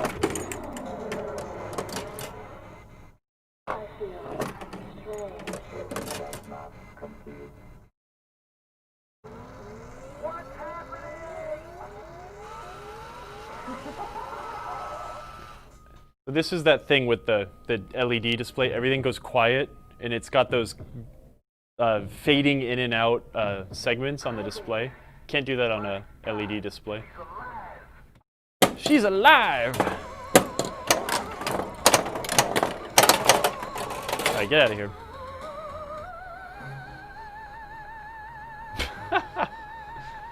God, I love this game. Okay, it was able to reset. Now let's see if we can replicate it. Let's see if we can get it to screw up. You know, it's great to sit here and be like, man, I sure hope it never screws up again. But if we can watch it screw up and we can see it happen, we know where to look for a potential problem. Pop bumpers still not working. It's annoying.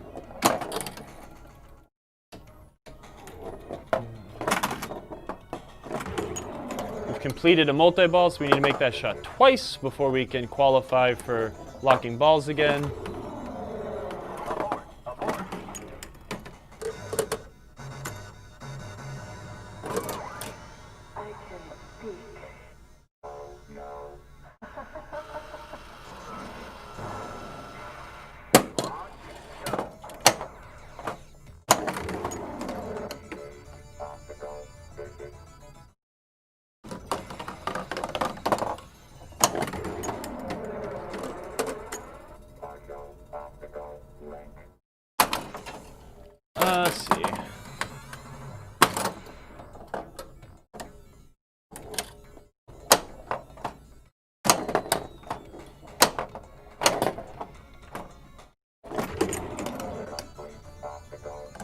Yeah. Okay, so we'll start the multi-ball.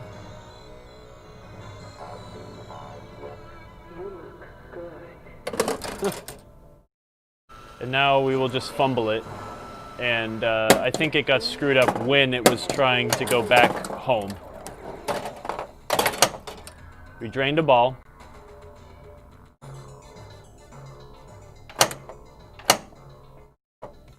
Now, in this case, I think what? If we hit it again, it would lock a ball and give us another one, right?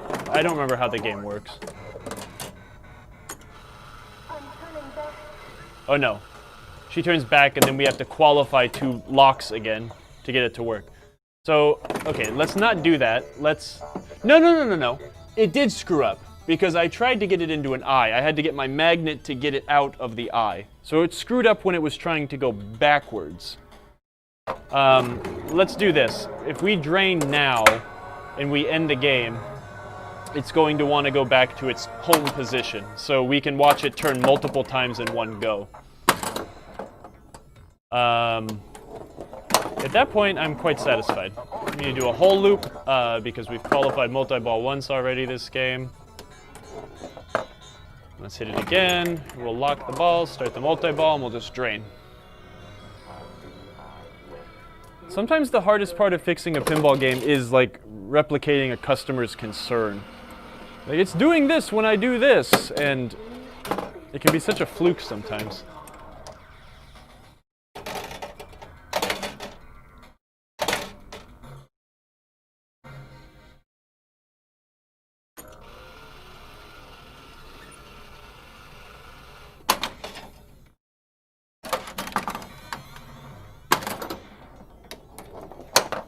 There's no ball save on this game, so heck, just let it go. In the game.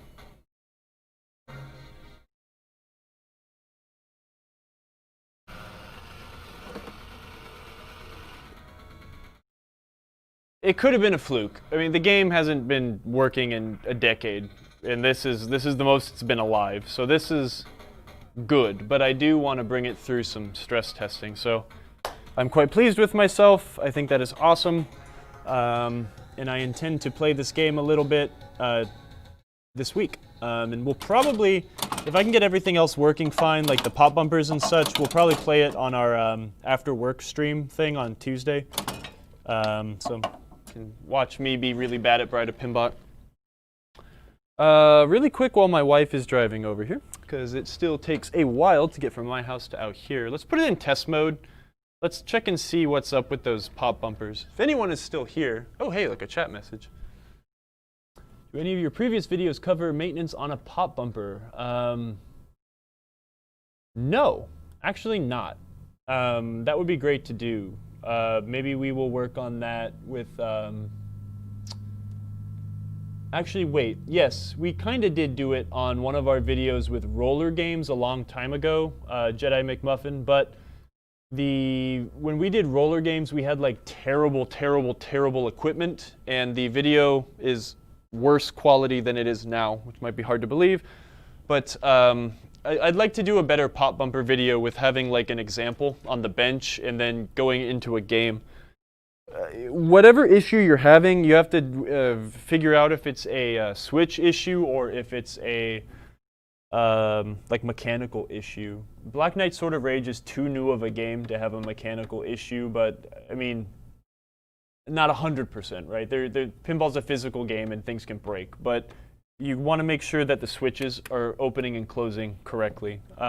This game, it's too hard to give an example of because I can't actually reach the pop bumper skirts without removing the helmet or getting the helmet out of the way and then removing the upper bagatelle kind of play field. So what I'm going to do is I'm just going to kind of mess with the switches down here very carefully and see if I get a response. I do not. Okay, so none of these switches will report closed.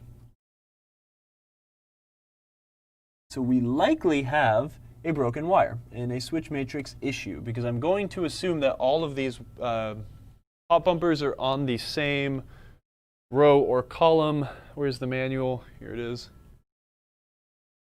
I think it's just a switch issue. It does fire, but infrequently. Yeah, man, so go and check and make sure that the pop bumper spoon, let me use my fingers. You got your spoon, you got the pop bumper skirt, right? The skirt has a stem. It sits in the spoon. What you want to do is make sure that the pop bumper spoon, the foot of the skirt isn't like hiked up on one side of the pop bumper spoon or something. You want to make sure that it's sitting nice in the middle, and any movement will cause the switch to close. Make sure that the switch isn't like out of adjustment. Again, it's a switch. It can come out of adjustment. Maybe it wasn't adjusted just perfect from the factory. It's, you know, small maintenance you have to do with pinball games. So I would recommend, you know, A, identify the pop bumper, and then B, start with the switch. Don't jump to the skirt jumping the spoon or something like that, because it's most likely something that's just come out of adjustment. But yeah, good luck with that. It should be pretty easy. So I'm going to pop open the manual. I think it's like the back page. Yeah, okay. So we've got our, let me turn around this video camera so I can kind of see what I'm showing the screen. Switch matrix. Upper left jet bumper, upper right jet bumper, lower jet bumper sling, left slingshot, right slingshot. Okay, so if we have a broken green wire on any of these things, we would not have action on these switches. But the spinner and shooter do work, right? I don't have it in switch test mode. What am I doing?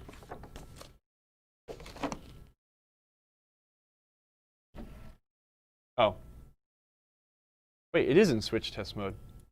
Oh, check that out. Okay, here's our problem. Okay, so generally switches are wired from the back of the playfield to the front of the playfield, and they're doubled up.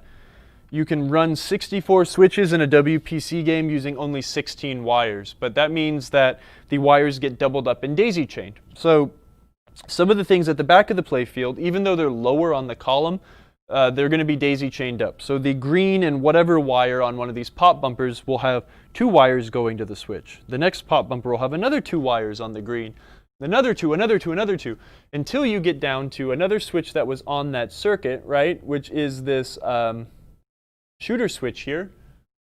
But there's only 1 wire coming here. This is the end of the line, right? They're not going to run 2 wires all the way up here and then start doubling them back down. They're going to start with 2 wires at the back, jump, jump, jump, jump, jump, until it gets to this position. So what's very, very likely, and the reason we're not getting any pop bumper action or slingshot action, because they're all in the same column, is we have a broken wire. It's like almost 100% certain.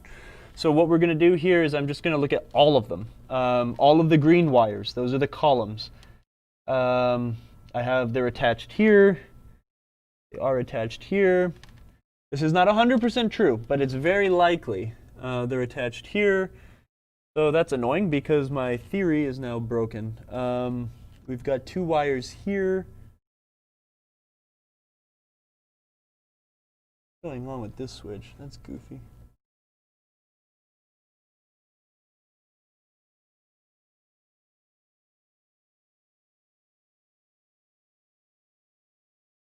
Is this touching? No. It's a jumper. Okay. So it's there. What about the spinner? Not likely anymore because spinners don't break, and usually it's upstream. So maybe I'm wrong. Could be a broken diode also, or a bad diode. Not doing anything. Let's inspect. It's hard with these pop bumpers though because everything is so far underneath the playfield. This diode is not broken. This diode is not broken. That diode is not broken. What was the other one? I mean, the shooter here. What other switches were in this?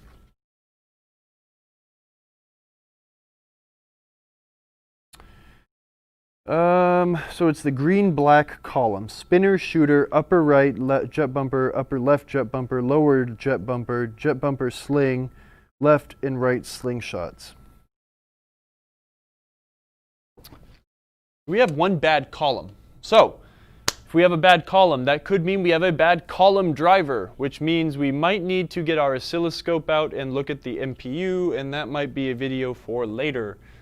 If you short voltage, solenoid voltage to the switch matrix, you will blow a driver, you'll blow a chip. There's an output on a chip. The way a switch matrix works is you have a chip that is, the computer is always asking each column, it pulses each one. It's like, okay, 1, 2, 3, 4, 5, 6, 7, 8. You know, what are you doing? What are you doing? What are you doing? And each of the rows, the return wires are always watching for a pulse. So when a switch closes, that will send a signal to the computer. It's like, hey, I've got a switch closure.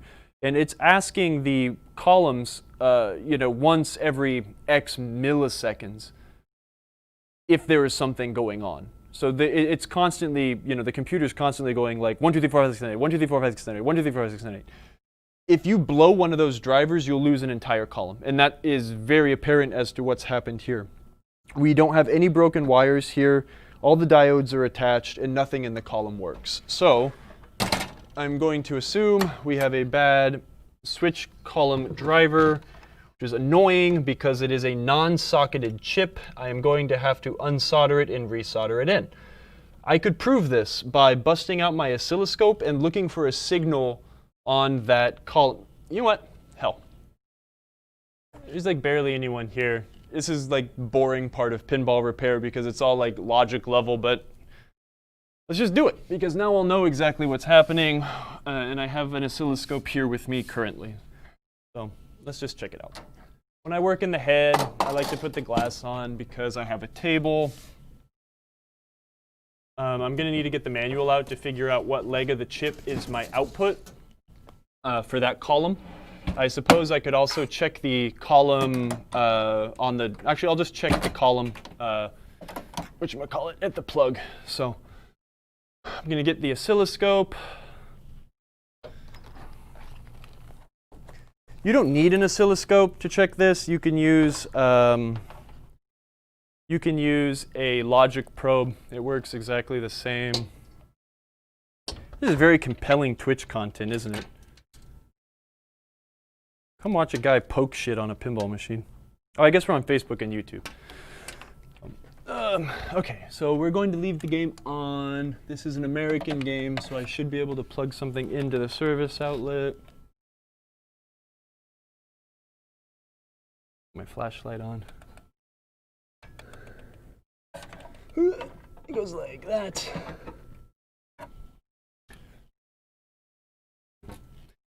This is much simpler with a logic probe. I mean, I could probably even do this with a digital multimeter, but it's fun to have an excuse to use an oscilloscope because I think they're really cool.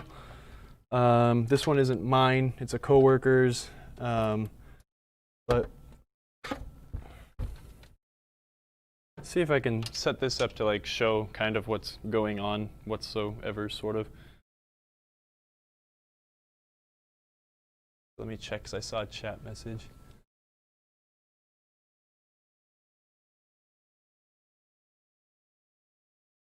Someone's digging this. I want to use the scope just because I can. I know I can just jumper it at the computer, but that's not as fun. So how does the computer tell what's closing? Because this chip that is most likely blown up it's sending an output of voltage, and the computer is watching for a change in the voltage with the the rows and the switch column. So the rows are always listening, and the columns are always searching. Let's see. It is the green, black, column 5. This is going to be fun. I think green and black. Let's just do it at the pin because why not? Green and black is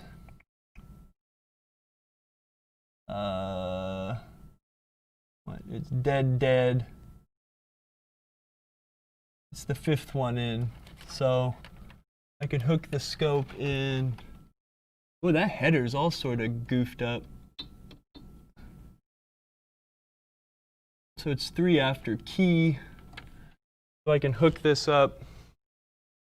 I don't know, watch the scope. we can screw with this. It's been a long time since I've used an oscilloscope. You do not need an oscilloscope for pinball repair most of the time, unless you're really trying to fix something crazy.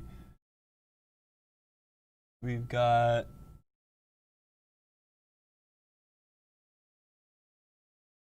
a pulse there. Let me see if I can, how do you, volts division. No, I don't want to change the volts for division. I want to change the horizontal position, the sections per division, because we can watch. What we're looking here is an oscilloscope is basically a fancy voltmeter, and we can watch it. It's sending out. We can see it's at 10 volts, and it's each of the horizontal lines, I believe, is 1 millisecond. So we're watching it pulse like, right? Hold on, 5 volts per division. So we can see it here. It's pulsing like 2.5 volts. This is 5 volts, so half of it's 2.5 volts or so every 1 millisecond. So we can watch the thing pulsing around. That's each time it's saying like, hey, you there, hey, you there, hey, you there, hey, you there. So let's see, it's the 5th one. So that's 1, 2, 3, 4, 5. Wait, am I on the right one? 3, 4. I am getting something out of 5, right? In 1, 2, 3, 4, 5. Maybe I can't count. That is doing something. That is doing something. Huh, okay, let's see. Maybe I'm wrong. Maybe we're jumping the gun. It's not uncommon. Column drivers get blown up all the time when people try to adjust switches without turning the power off. I do it also. It's something that just happens. It's a normal thing. You want to avoid doing it because it causes all sorts of extra work, but it happens. Pin repair is fun. Fair enough on the scope, unless it's Atari. Yeah, yeah, absolutely. But again, sometimes like the oscilloscope is kind of like, it's just too much for a lot of people. And I get it, because I honestly don't have to use an oscilloscope very often either. Most of what I need to do and what I need to fix, it does not require an oscilloscope. So let's see, we're going to try and get a, it's column 5, so green, black. We're going to try to short out green, black to orange, red. We know that orange, red, that's the shooter. So, wait, hold on, am I looking at the right thing? Or, I'm sorry, not orange, because those are dedicated switches. I'm looking at the wrong bit on the matrix. We're looking at white, red, and green, black. If we short those two things together on the computer, we should have a switch closure. White, red is the second pin in.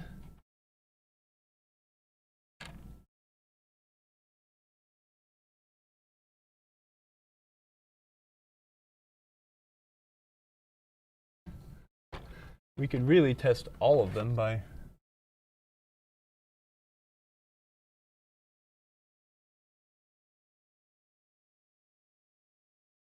wire form bottom. Whoop. One end of my wire or my jumper popped off.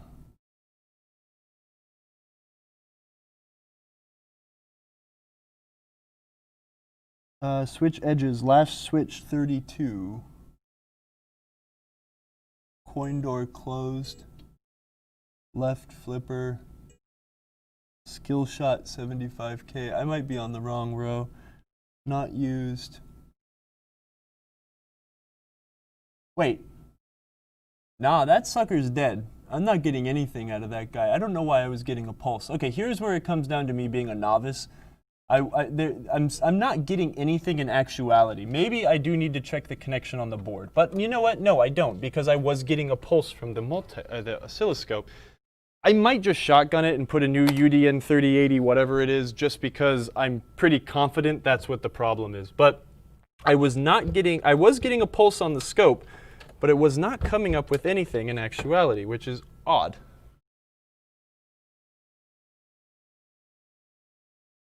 Oh, hey, you're back. What's up, Brian? So what? 1, 2, 3, 4, 5. Let's hook this sucker up here. And again, I won't be able to get anything from column 5. 1, 2, 3, 4, 5, 6, 7, 8. Okay, so I'm not getting anything from any column on column 5, but oddly enough, the scope was detecting some sort of a pulse, and that's frustrating, but it is a lot of times when you see a blown column driver, it generally is whatever column the pop bumpers are in, just because people try to fat finger adjusting pop bumper switches, and it becomes problematic.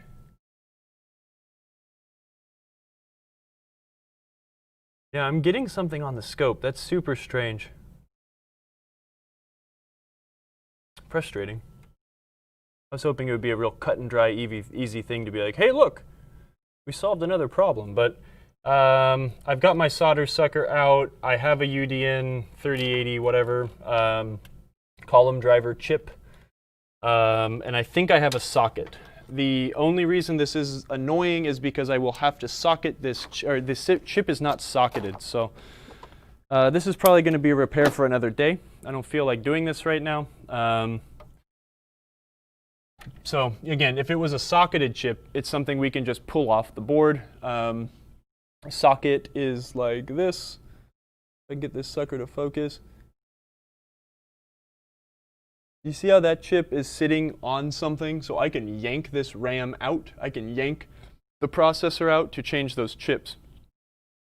The chip I need to change is one of these guys down here, and they're soldered directly to the board. So in that case, we have to unsolder the chip. Hopefully we don't damage anything, install a socket, and then put a chip in. So I also want to check, this board doesn't really have any corrosion damage, but there's a possibility there is something I can't see. The other way we can totally check this out to make sure it's on the computer and not inside anything else on the game is to use a known working computer. It takes 5 minutes to put a new computer in, swap the processor, PROM, and ASIC chip into a new computer. It suddenly works. Okay, let's just do it, you know. So anyways, I'm probably going about this kind of nonchalantly, but in my experience, this is what we need to do. So anyways, I think we might wrap this up. My wife is on the way with my credit card so I can buy gas because I'm dumb and forgot my wallet at home and my car's out of gas. So I think I owe her dinner or some dessert, something tasty. And maybe I'll work on that. So, you know, we were gonna put an NVRAM in a game, but I decided to use this game as an example of how to install a battery holder correctly.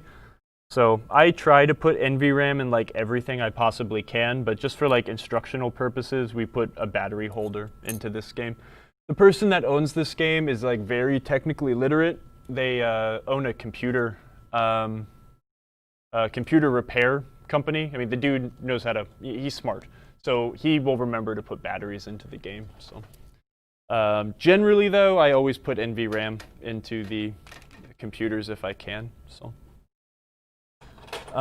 we will be doing that on my roller games though in a week or two. I just got my new ramp in and all the parts for it. So we're gonna finish up roller games hopefully next week. It's always sad when your beer's empty. Yeah, maybe maybe I'll end the stream and I'll just knock the repair out because I know my wife loves this game. Let me see if I have a socket. Hell, might as well just do it. Maybe she'll just give me my credit card and leave. She doesn't mind being on stream. Oh, look at all those. I have a bunch of them.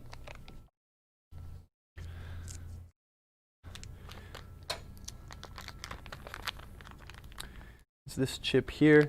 Are you here, Emoto, or are you gone still?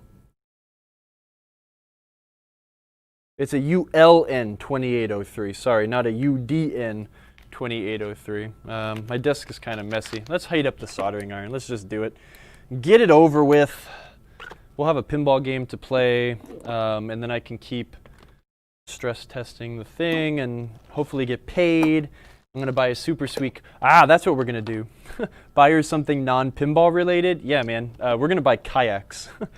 There are a bunch of gorgeous rivers in South Carolina, and I really, really, really want to start getting exercise via kayak because that is fun.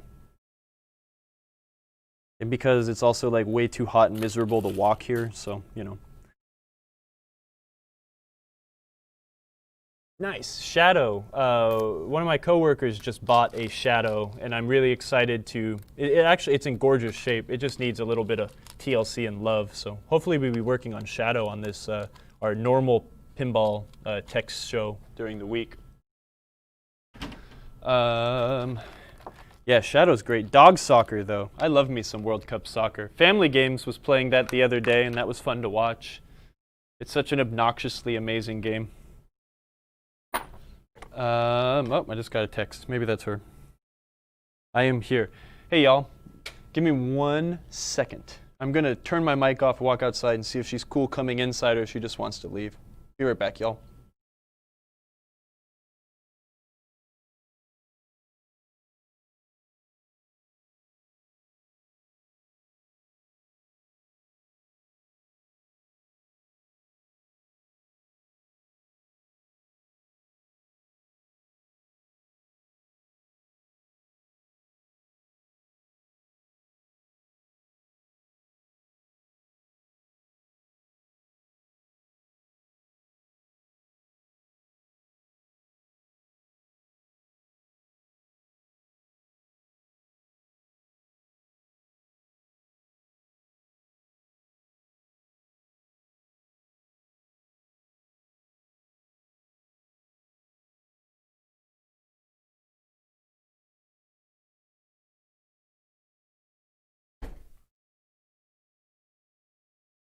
And I am sufficiently rich again, so I can fill my car up with gas.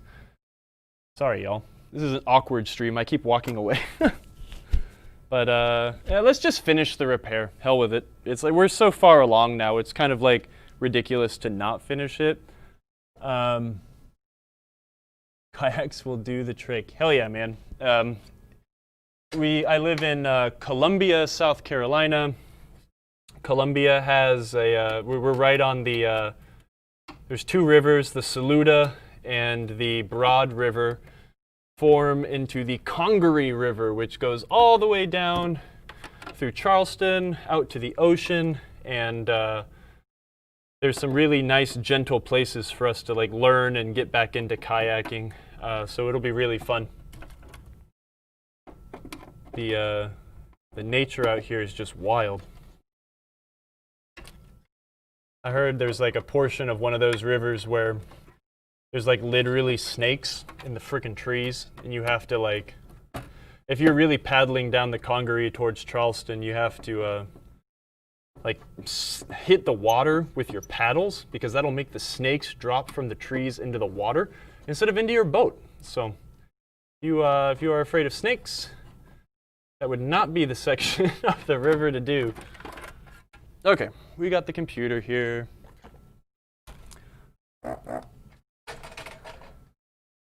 Oh, it looks like Emoto jumped out. That's cool. We miss you, Emoto. It's just me. Wow, I'm not supposed to be able to run these things. I'm not qualified to run a stream. Let's do this. Let's see. I'll bring this camera a little closer because maybe y'all can see something. Actually, wait. Hold up. I think I could bring the good camera. This thing's got like resolution.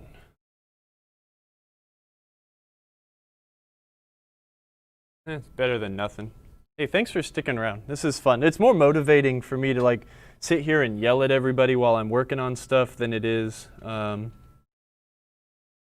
do these things by myself. Okay, so the chip doesn't look blown up. I mean, sometimes when you short these things out real bad, you'll actually like blow a hole in the chip, which is like really satisfying. It's fun to find those problems because you know, oops. Don't do that, camera. Technical difficulties, hold on.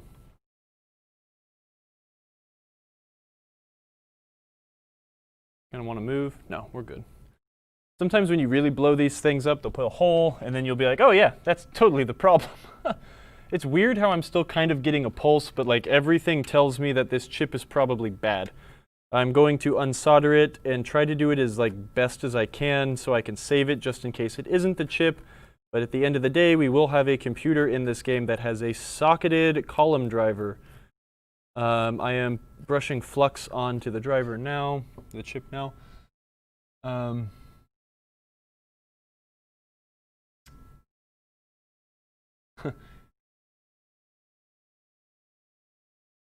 Yeah, I totally understand. Yeah, I'm glad that I'm not the only one that stays concentrated. South Carolina is beautiful.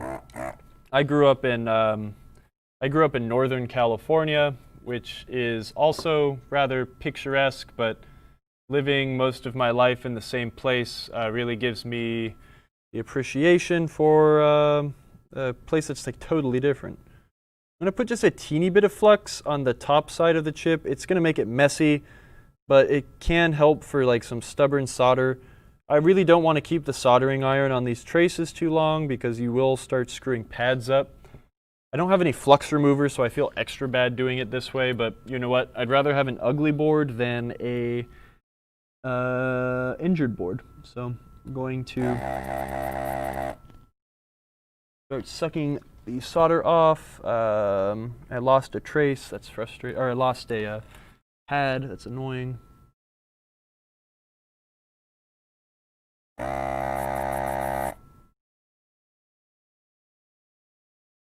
That pad that did come off was not attached to a trace.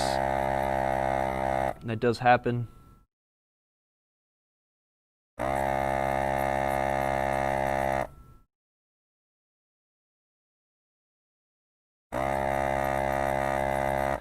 If this doesn't end up fixing the game and a new computer does, I will just sell the customer a new computer, take this one, repair it, and have a spare. I will give this one chance though, because I'm fairly confident in the prognosis.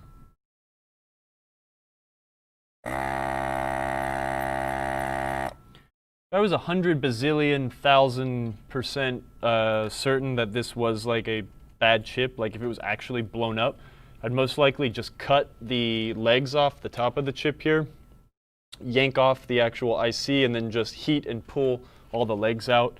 That's the cleanest way to get them out, but you ruin the chip, obviously. Lost another pad, but that wasn't connected to a trace. I don't know why this thing is so brutal right now. How hot is this thing set?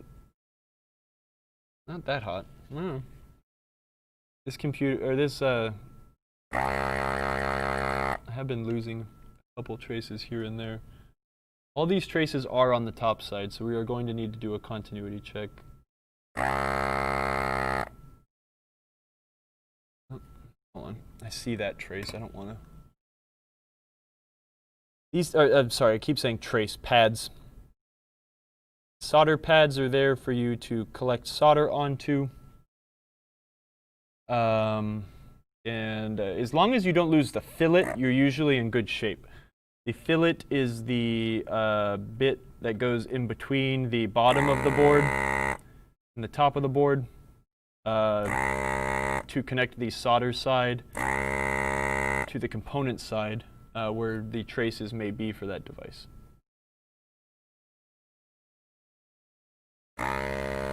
I'd 1,000 times rather lose a pad than I would to lose a fillet. This is the gentlest method to desolder things. I guess next to using like a desolder braid, but with desoldering braid, this is just easier, quicker, and faster. Usually gentler as well.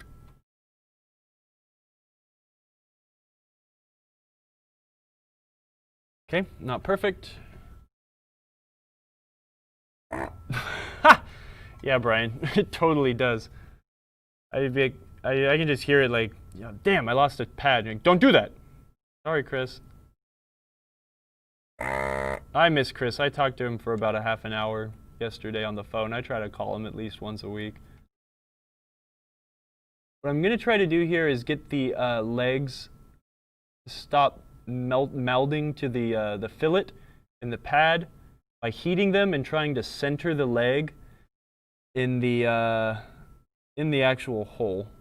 Sometimes the legs will be holding on just ever so slightly. You don't want to pry these things, because when you start prying, you lose the fillet, and that's all bad. You lose points. The goal is to fix the circuit board, not make it worse. I'm holding my breath while I do this. This is not good to breathe in. What I'm kind of doing, again, the way I'm doing that is using my solder sucker, which is heated. I am putting the leg in the hollow tip and putting a little bit of pressure up so it will recenter itself.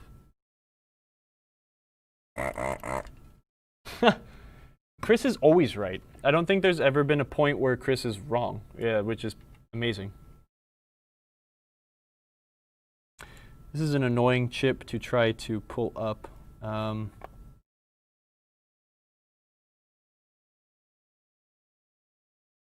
Actually can see a few things. Where's my jeweler's loop?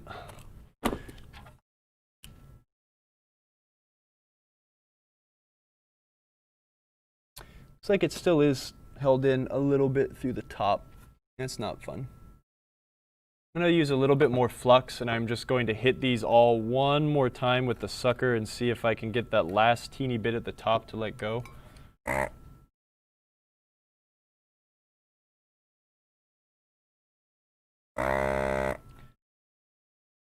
Such compelling Twitch content.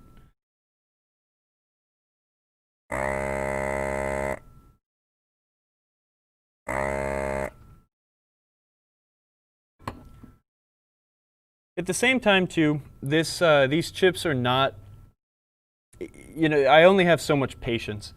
If the chip is not going to work with me, I'm not going to work with it, and I am very, very close now to just cutting the legs. This is an inexpensive component. If it is going to be like this, I am just going to cut it off, and I will eat the $1 or whatever they cost to add another one to my stockpile while I change it out. There's a lot of fine traces on this board. I don't want to do damage.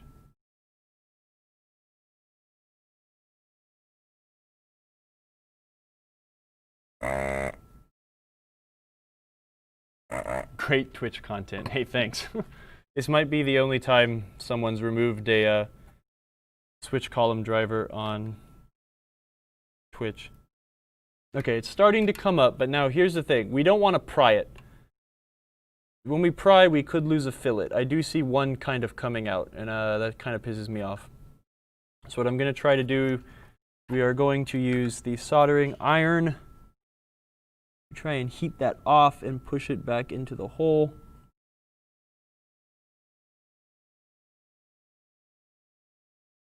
This is where a lot of the experience comes in doing this a few times. You have to screw up a lot to be good at this. This one's not coming out too easy. I really should have just cut these legs. See, there's one more fillet that's kind of popping out. I think I can save it.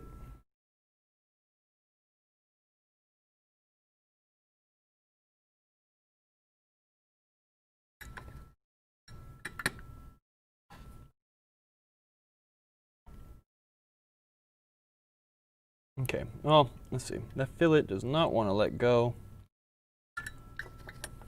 Let's see. Push it back into the board.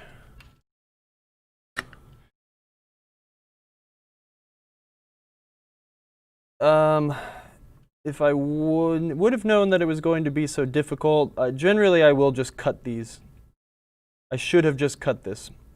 I would have saved a lot of time. I would have done a little bit less damage to the board. I will be able to fix this no matter what I do, but the thing is time is money, and I am wasting time by gently trying to remove this chip. If this was an expensive chip, if this was a PIA that I was not sure was bad, I would have done it this way and been extra careful and removed it with the utmost delicacy. This thing is a common component that could have just been ripped out. There's one more fillet that's still on here. That makes me grumpy. But, you know, I also since I haven't been working on pinball games every day for 60 hours a week like I used to, this is good experience because I'm kind of getting my hand back into it, remembering how to do this stuff better. So, actually, I don't know if that's solder from me or if that's magic stuff escaping the chip. No, it's just solder. Never mind.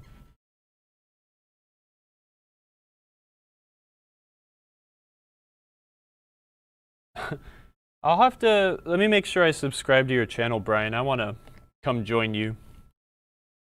I guess the thing is it's not the most compelling content, right? There's like a small subset of people that want to watch someone troubleshoot a pinball game. But at the same time,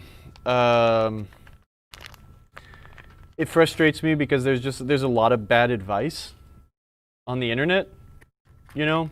And I am not an expert, but I feel like I could give, you know, all I want to do is instill the confidence in people to do this, you know?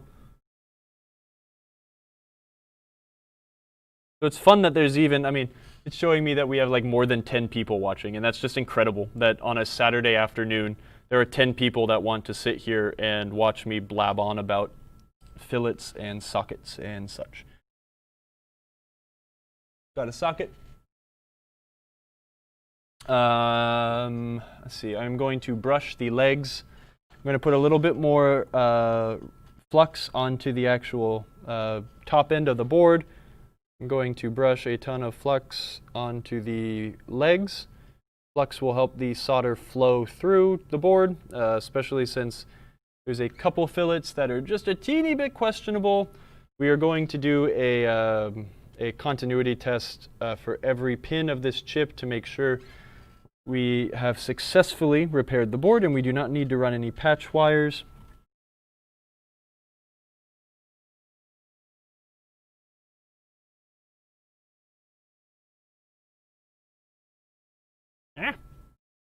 Oh, that's not good. One of those fillets popped out with the chip, but it's okay because it's still on the pin.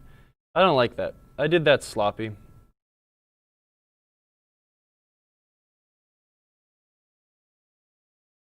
I also have to give myself a teeny break because it's been a while since I have done this level of component repair.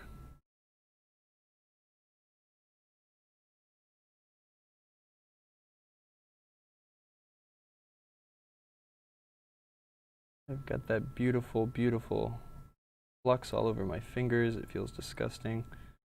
Probably going to give me cancer.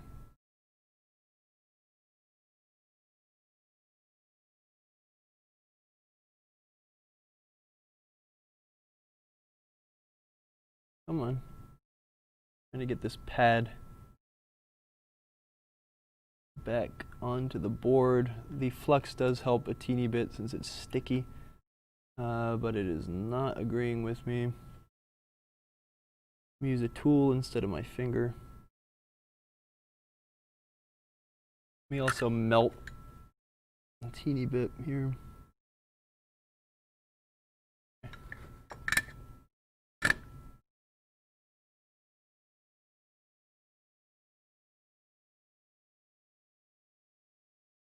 Hey, thanks for the kind words, both of you. Yeah, fixing a pinball game isn't as scary as you think, especially now because you can't break anything, right? If you break it, you can replace it and you can fix it. There was a time when it was very difficult to get parts for a pinball game. Nowadays, it's not. If I really destroyed this computer, if I really effed it up, you can just buy a new one, and it's amazing. The time we live in That's incredible. Where is that old driver? I want to make sure. Yeah, that's it. It's ugly. It's gross. Keep it separate. Okay, I'm just going to solder this in now. I'm not going to spend too much time explaining what I'm doing, but I will want to do a thorough continuity check once I have this in, because there was a slight amount of damage, which is great.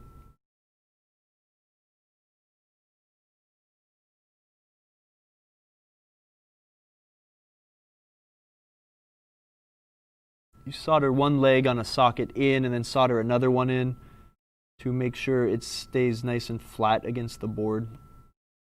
There's nothing more embarrassing than having a socket that's sitting all 45 degrees on a board.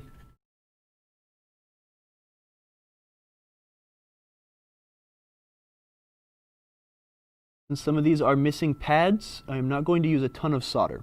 The fillets are intact. We do need a solder connection on the other side of the board, but if we blob too much on, we risk bridging 2 pins of the socket together.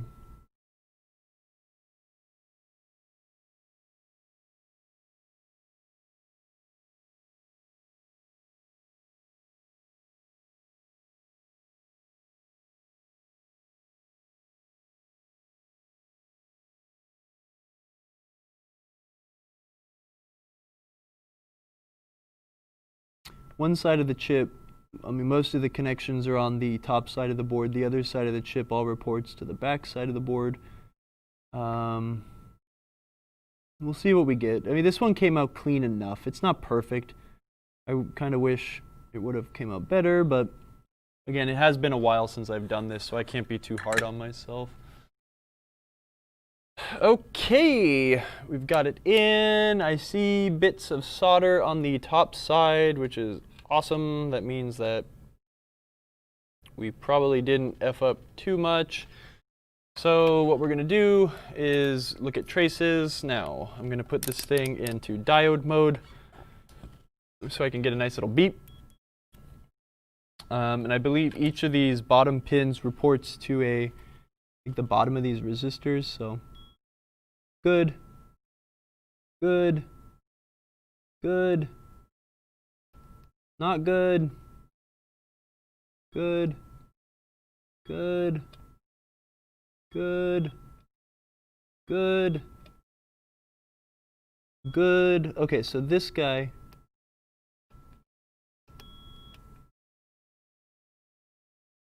okay, so it's going to be from the left, the 4th pin in. And take a look. 1, 2, 3, 4. That one does have a pad. Maybe I didn't leave enough heat onto the solder. The pin, rather. I'm going to add just a teeny bit more. Leave the heat on a little bit longer to see if we can get it to flow through to the other side. When I pop this guy up, I'm going to make sure that we don't have a giant gross blob. It looks like it might be okay. We're going to check 1, 2, 3, 4 pins in. Okay, we still don't have anything. Need to make sure that that is exactly where that trace goes to, or else we are going down a rabbit hole possibly. I think I see the problem. It looks like the trace might be lifted a teeny bit on the top side. This is not elegant, but I am going to try doing this at a very shallow angle.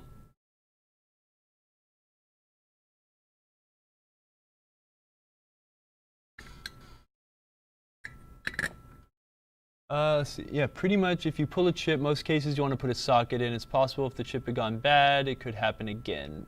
Firm is available to put a socket in. A socket won't change characteristics of the chip enough to matter. In the future repairs, pop out the old chip. Yeah, exactly. Yeah, yep. Sockets cost money. They're not cheap. So only like important chips were socketed. In my opinion, this is a very important chip. I don't understand why Williams didn't socket this chip, but the only reason this chip would really go bad, I guess, is because of shoddy workmanship. Again, what happened is most likely somebody shorted solenoid voltage to the switch matrix and it blew a driver. That happens pretty commonly. It's annoying. So if this chip was socketed, we wouldn't have to do this.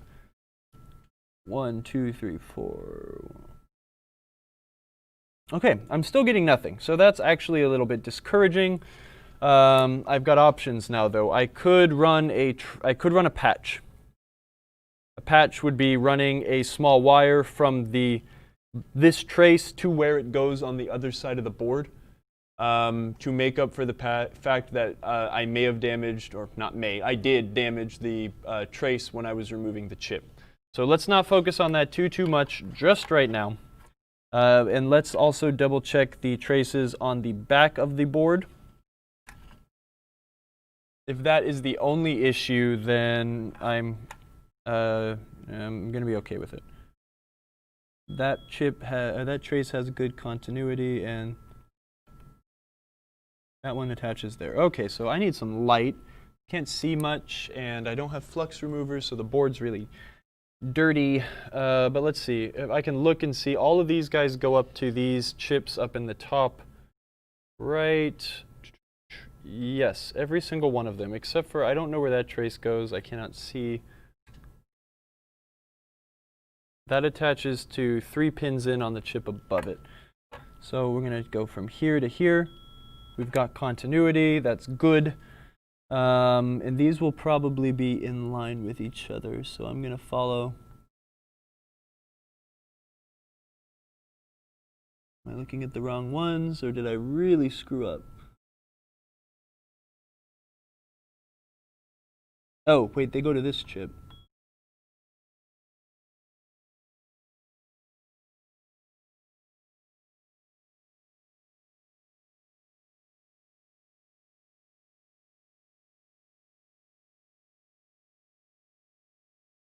Playing the beep game here. And these ones report to this chip. So just to make sure that we don't have any residual continuity anywhere else in the circuit, I'm just kind of probing everything. I don't know how this circuit works. I'm not an electrical engineer. I'm just smart enough, I'm just dumb enough to be able to break these things and also put them back together. So as long as I get beeps everywhere, I'm okay. So we are missing one circuit. 1, 2, 3, 4 in. And that's supposed to go to one of these guys, I guess. Wait. Was it number 3 in? Wait. We might have continuity. Let me double check. I don't want to put this back together and figure out that I'm still screwed.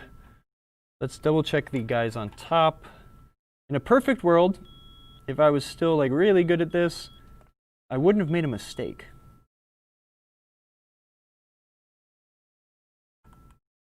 No. I don't have continuity from the top, but I do on the bottom, but the trace is on the top.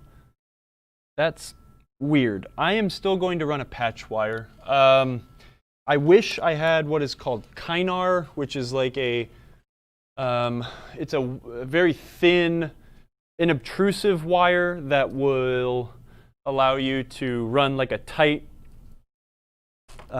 patch, but I'm going to use just some very, very thin gauge, like 18 gauge wire or something. Or 22 gauge wire, I'm sorry. I think I put it all in my toolbox.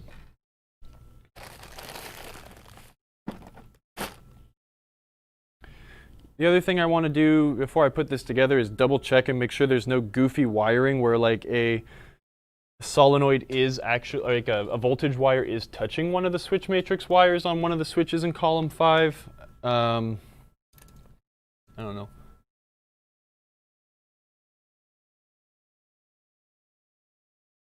Yeah, that's also true. Components can fail. They just fail. I always like to try to figure out the reason why they fail, in the sense that there should be a reason why this component failed. And this is a common component to have fail. But there is a possibility that this thing just did decide to die. Okay, so we are going to connect this wire here to this resistor here, and we will mimic what is going on the top of the circuit board with the trace. Again, I'd much rather be using a thin patch wire like Kynar instead of this 22 gauge wire. But you know what? It's going to work. And if this doesn't work, I am not going to spend any more time on this. I am going to repair this at a later date. And I am going to just put a aftermarket computer in, sell it to the customer, and he will have a reliable, functioning Bride of Pinbot for years to come. We're going to cut this very short because this is a very delicate, small connection. We do not want to ever run the risk of bridging any of these other connections together. That is all bad. I am also going to keep going in here and double checking that I am attaching this to the right wire.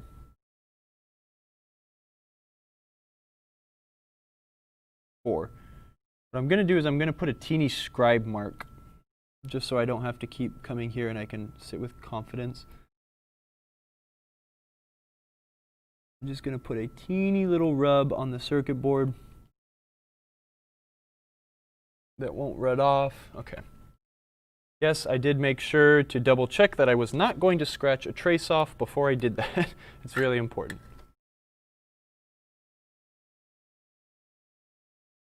I am going to solder the stub of this wire. I'm going to solder it to the top of the pin, not next to it, so there's no chance they could ever bridge.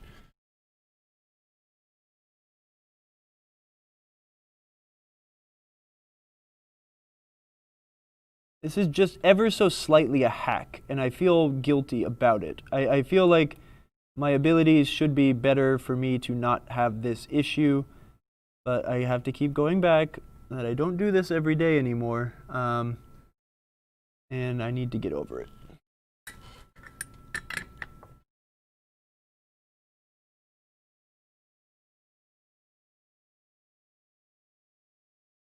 MTBF, mean time between failure.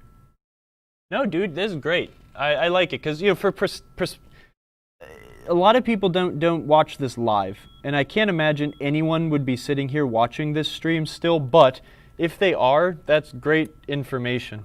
We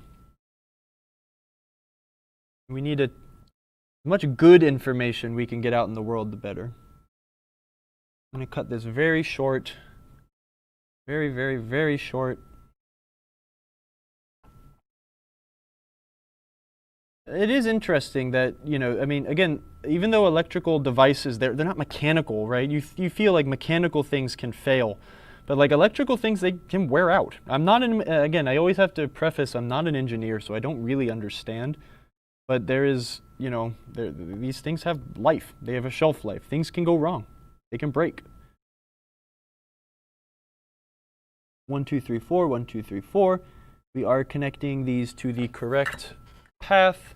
I am repairing a trace right now, kind of sloppily, but it will do. I always have to remember I've seen worse when I try to do things sloppy and I feel guilty doing it. Nope, did I just push the resistor out? No, okay, good. I'm gonna say, don't do that.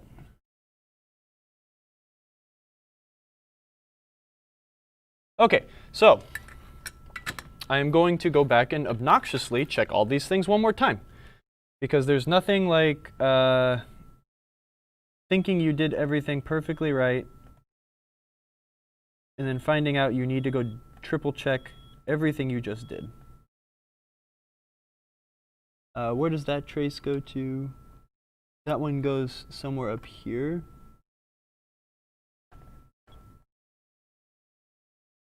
Goes to that pin. Okay. And the rest of these all connect under here, and I have checked those ones are good, so I'm not as worried. Those ones never gave me a problem.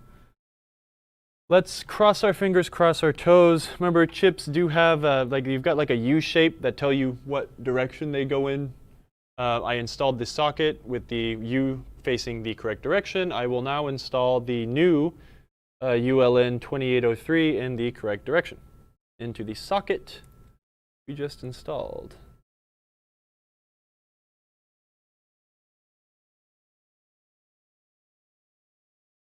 And if we're like super lucky, we're gonna get stuff working, and then we will have Bride of Pinbot to play with slingshots and pop bumpers. All the things that make pinball fun.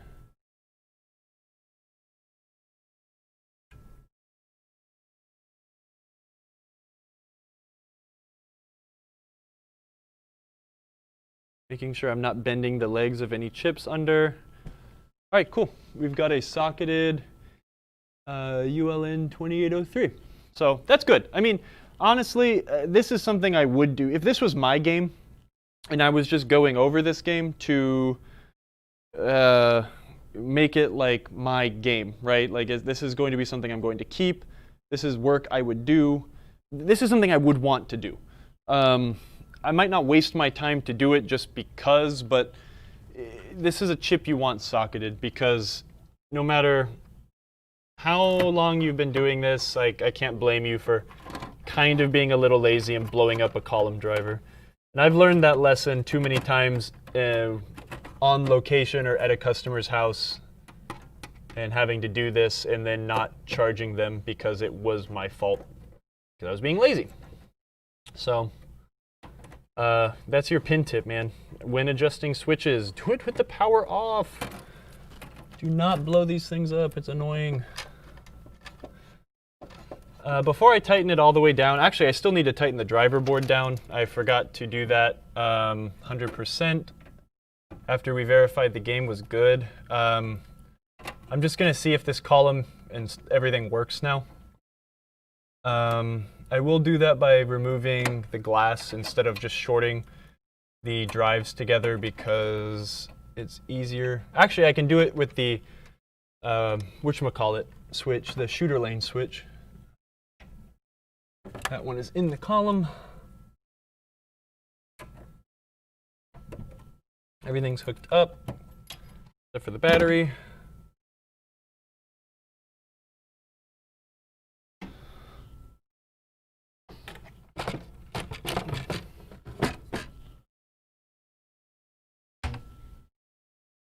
We will have lost all our settings, obviously, because we removed the battery, but whatever. Let's see here. Let me unplug the scope because we won't need that anymore. And I can find this switch here and... Hey! Success. We have our column back. That was weird. We were getting a pulse, but we were not getting a functioning switch column. I should have explored that more. But again, my job most of the time is to not figure out why something doesn't work. It's to figure out what doesn't work and repair it. So, yes. Hey, I got one woohoo. Thanks, Brian. You're the best. Let me do this. I'm going to take a quick bathroom break because I've been streaming for 3 hours now. I need to go home, but I want to see the pop bumpers work. So y'all can stare at the game for a hot minute. Come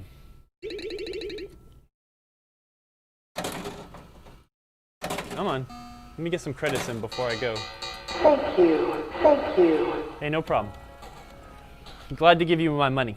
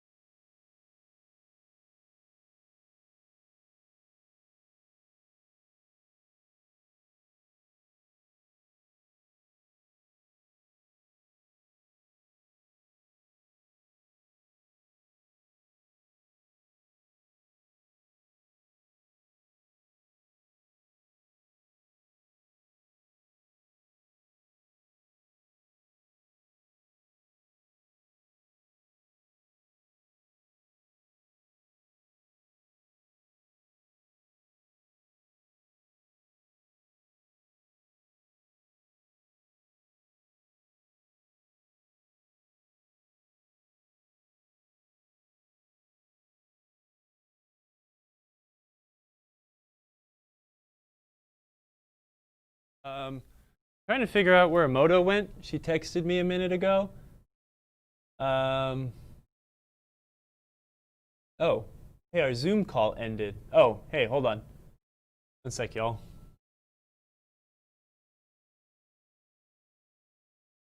Okay, she's not on, but we'll see what happens. Maybe she'll jump back on. We could wrap up and talk, but let me check with the chat. Hey, thanks. Yes, I washed my hands. Something about a respiratory pathogen that can also be gotten by touching your face and stuff has taught me to wash my hands. Cool, man. I'm glad that we taught you something. Again, it's all practice. If you were going to work on a circuit board, I really, really, really recommend doing it on a bad bunked out one first before you try doing it on your good stuff. It's never never good to practice on something new or something that works, right? We have surface mount soldering stuff that we just ordered so I could practice doing like surface mount stuff, which will be kind of fun. I've repaired a few surface mount chips using a standard soldering iron, but I swear I needed to drink a beer and really like stabilize my hand before I went in to do any of that soldering. It's really, really rough. Okay. Uh-oh. Okay, it just needs adjustment then. Oh, pop bumper action. Oh, look at that. They just need adjustment, but they work now. Yay! Cool. I might be able to get this game out of the shop sooner than later. As long as the head continues to behave.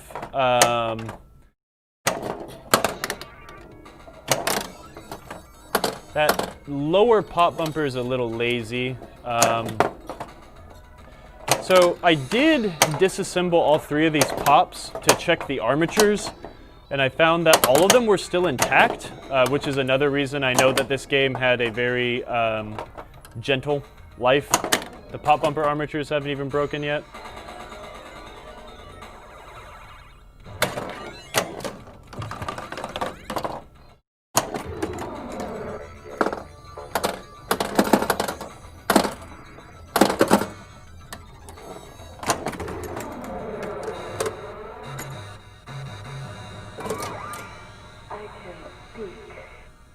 Oh no.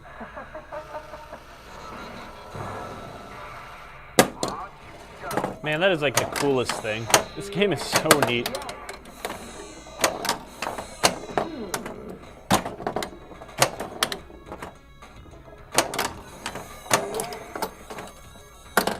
Yeah, it's pretty uninspiring when those pop bumpers don't do anything.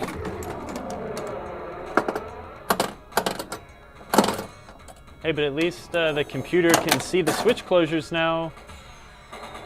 I'm glad I did that. I'm glad you all stuck around too. I'm glad you were there too, Brian, to talk me through it.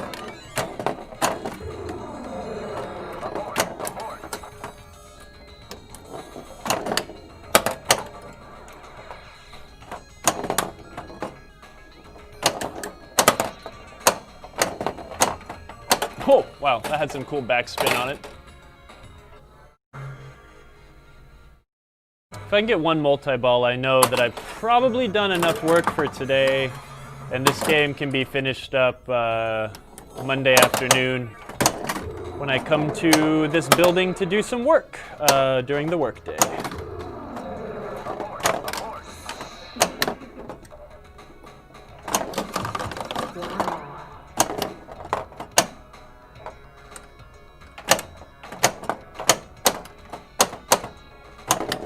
Ah!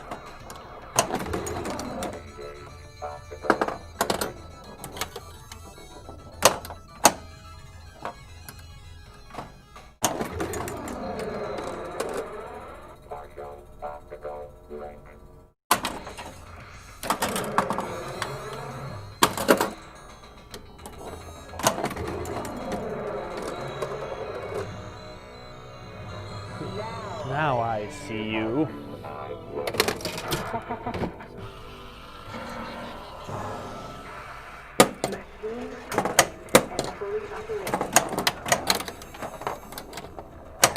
No! Hey, count something. No! She's turning back. All right, let's see if we can get her back.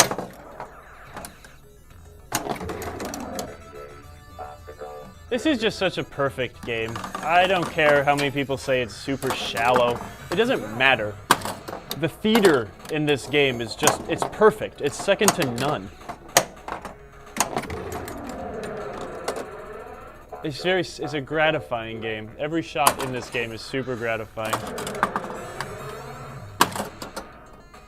Yeah, oh god, but it's so sad not having any, no pop bumpers is really, really boring.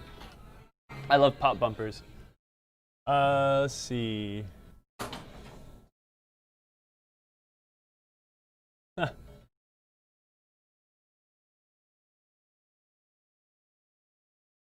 Yeah, hey, thanks, Brian. Thanks for coming in, man. It was nice to chat with you here via the internet many states away. Old bumpers that just score and don't pop. Yeah, definitely. There's just, pop bumpers are my favorite part of a pinball machine for the most part. Pop bumpers and spinners. And once this thing starts popping, I'm probably going to want to play this thing for days. Maybe I'll bring it to the office before I give it back to the customer or something. That'll be a good way to get its stress test, huh? See if we can get the multi-ball one more time, and then probably time to end the stream. I always like to end the stream by asking people to ask questions. If y'all have any questions about, you know, I don't know how many of y'all have been around for a while during the stream, or... Oh, there it goes. If you have any questions about what I did, or any of your games, maybe, let me know. And, oh, here it goes. I gotta be quiet. Okay.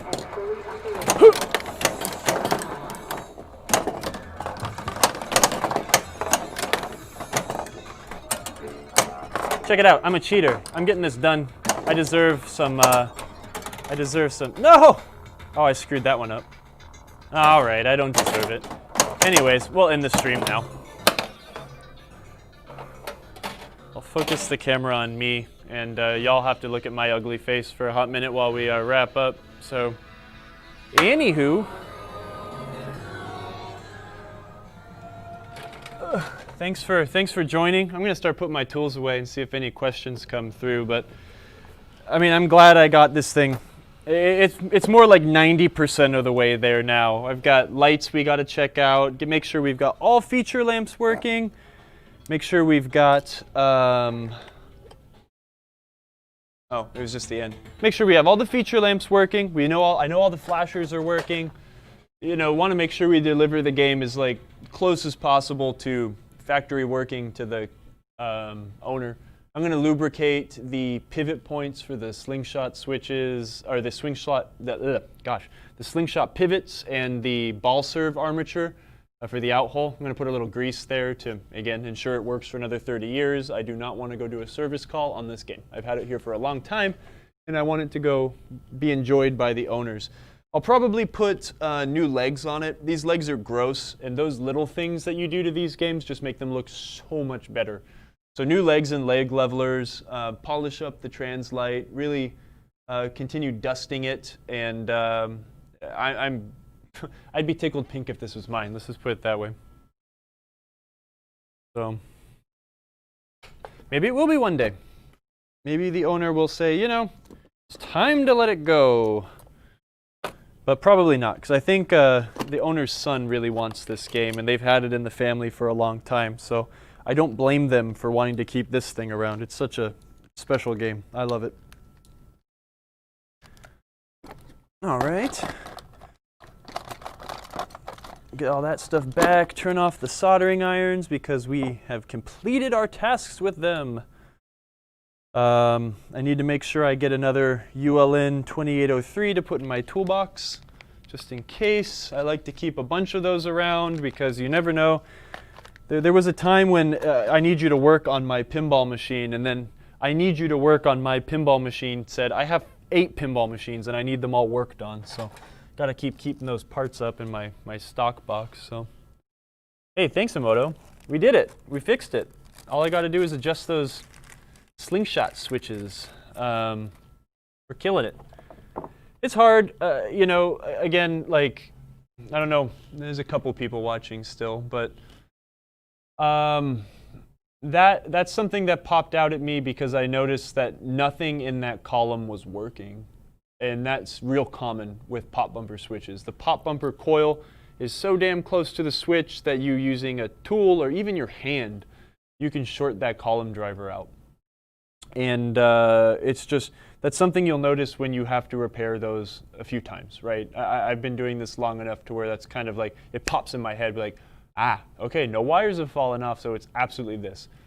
It was weird when we busted the scope out and we saw a pulse coming from that column, but that could also be my noviceness trying to use like a very advanced tool that I don't 100% know how to use, and it's not 100% necessary for something like this. You saw we shotgunned it and the thing worked, so. We got lucky twice today, actually. We shotgunned 2 problems, and they both worked out fine, so yeah. That was cool, man. I see no questions. I've been streaming for way too long. I really want to go home and play some video games and make some dinner and hang out with my cats. As much as I'd love to actually play my pinball games, I just don't seem to have enough time to do that lately. Hey, there's a question. Hey, thanks for joining in and the kind words, man. I appreciate it. I'm glad that I can articulate myself in a way that teaches things to people. Yeah, the Bride of Pinbot's been fun. I really like the WPC system. It's really elegant and simple, and this game's pretty complicated. There's some really unique features to this game and components to this game that make it a little goofy, but yeah, we did it. I think the customer is going to be excited. I'm very much looking forward to emailing him tonight and saying, she's alive, but you don't get her yet. You have to wait a little while longer. So yeah, maybe we'll, if I can really work out the rest of the bugs tomorrow, Monday or Tuesday, we will stream this gameplay on Tuesday night. Come in, join us, watch us play some Bride of Pinbot, but I'm really stoked that all y'all guys joined us today on a Saturday afternoon. It's awesome. I ordered some pinball glass the other day. Is it going out Monday? It might be. It depends on when you ordered it. If you ordered it like late on Friday, our warehouse shuts down at 5 p.m. on Fridays, or every day. So yeah, if you ordered it just the other day, it's probably going out later. But check your order confirmation. You usually get an order that says your order's complete, which means it's been processed through our system and it has a tracking number and it's with the mail carrier. So hope your new glass gets you soon. Hey, no problem, Type 56762. Is that a tank? Are you a World of Tanks player? I never really played World of Tanks much, but for some reason, I feel like that might be a World of Tanks tank. But yeah, hey, I'm glad I taught you something. I love teaching, and I feel like this is the only thing I can teach people is pinball. So I'm glad that you enjoy, and I'm glad you hung out with us. That's really awesome. Looking through my box of parts here, I'm just trying to put my end of stroke switches into their location. I guess I got to bring my parts back. I should really bring it to the shop and refill. So, but yeah, if I was at my computer, I could go in and check if you gave me your name and stuff. But I understand why you wouldn't want to give me your name on Twitch and stuff. But if it hadn't gone out, it'll probably go out on Monday. But if anyone cares, we're really busy on Monday. Everyone that orders all their parts Monday or Friday, Saturday. We do a little bit of packing sometimes on Sundays. But it's Monday's a very busy day, so sometimes we can't even get through packing up all the orders that come in over the weekend on Monday, and you'll go out on Tuesday. So we try as hard as we can. So, anywho, yeah, I'm just going to continue cleaning up and shutting things down. I really want to play TNA. I really want to fix TNA. I need to put a new audio cable into it, but I'll probably do that tomorrow. Quadruple check all my soldering irons are off. I'm really excited to tell the owner of this game that it's like basically done. He's going to be tickled pink. Yeah. So hey, thanks y'all for hanging out. Oh wait, I need to install a lock into this game. Always make sure your games have locks, especially headlocks. It's really annoying when they don't. And glass goes and flies everywhere, and that's not fun. So yeah, I'll have to make sure I get a headlock for this thing when I go back to the shop. I don't think I have one in my toolbox, so. Yeah, dude, TNA does rock. It's like the only new game I own. I guess it's not that new anymore. It's a few years old, but it's the best. I could play that game all day long. I had Scott cut me some custom plastic protectors, so it's pink. I wish I could get pink rubbers for it because I want to turn it like all pink. I think that's hilarious. I don't know why, but it looks pretty cool. But yeah, I've got a shaker motor on it, and it's just fun, man. It's just such a perfect game. You can tell, like, most of my games are old, and that's probably why I like TNA so much. You know, that classic vibe.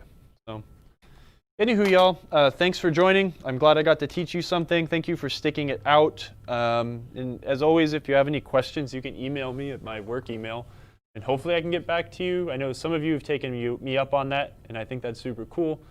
Just Kyle@marcopinball.com. If you don't want to email me because that's like 2007, you can hit me up on Instagram. That's Black Cat Pinball, like a black cat and pinball. You know, that's my company. Anywho, you guys are the best. See ya. Oh wait, hold on. Never mind. We can't do this yet. I forget. There's always something we need to do. We need to raid somebody. So for everyone that's still on Twitch.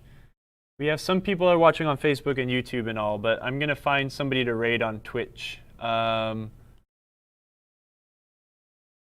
me a sec here. Wait, I didn't want to do that.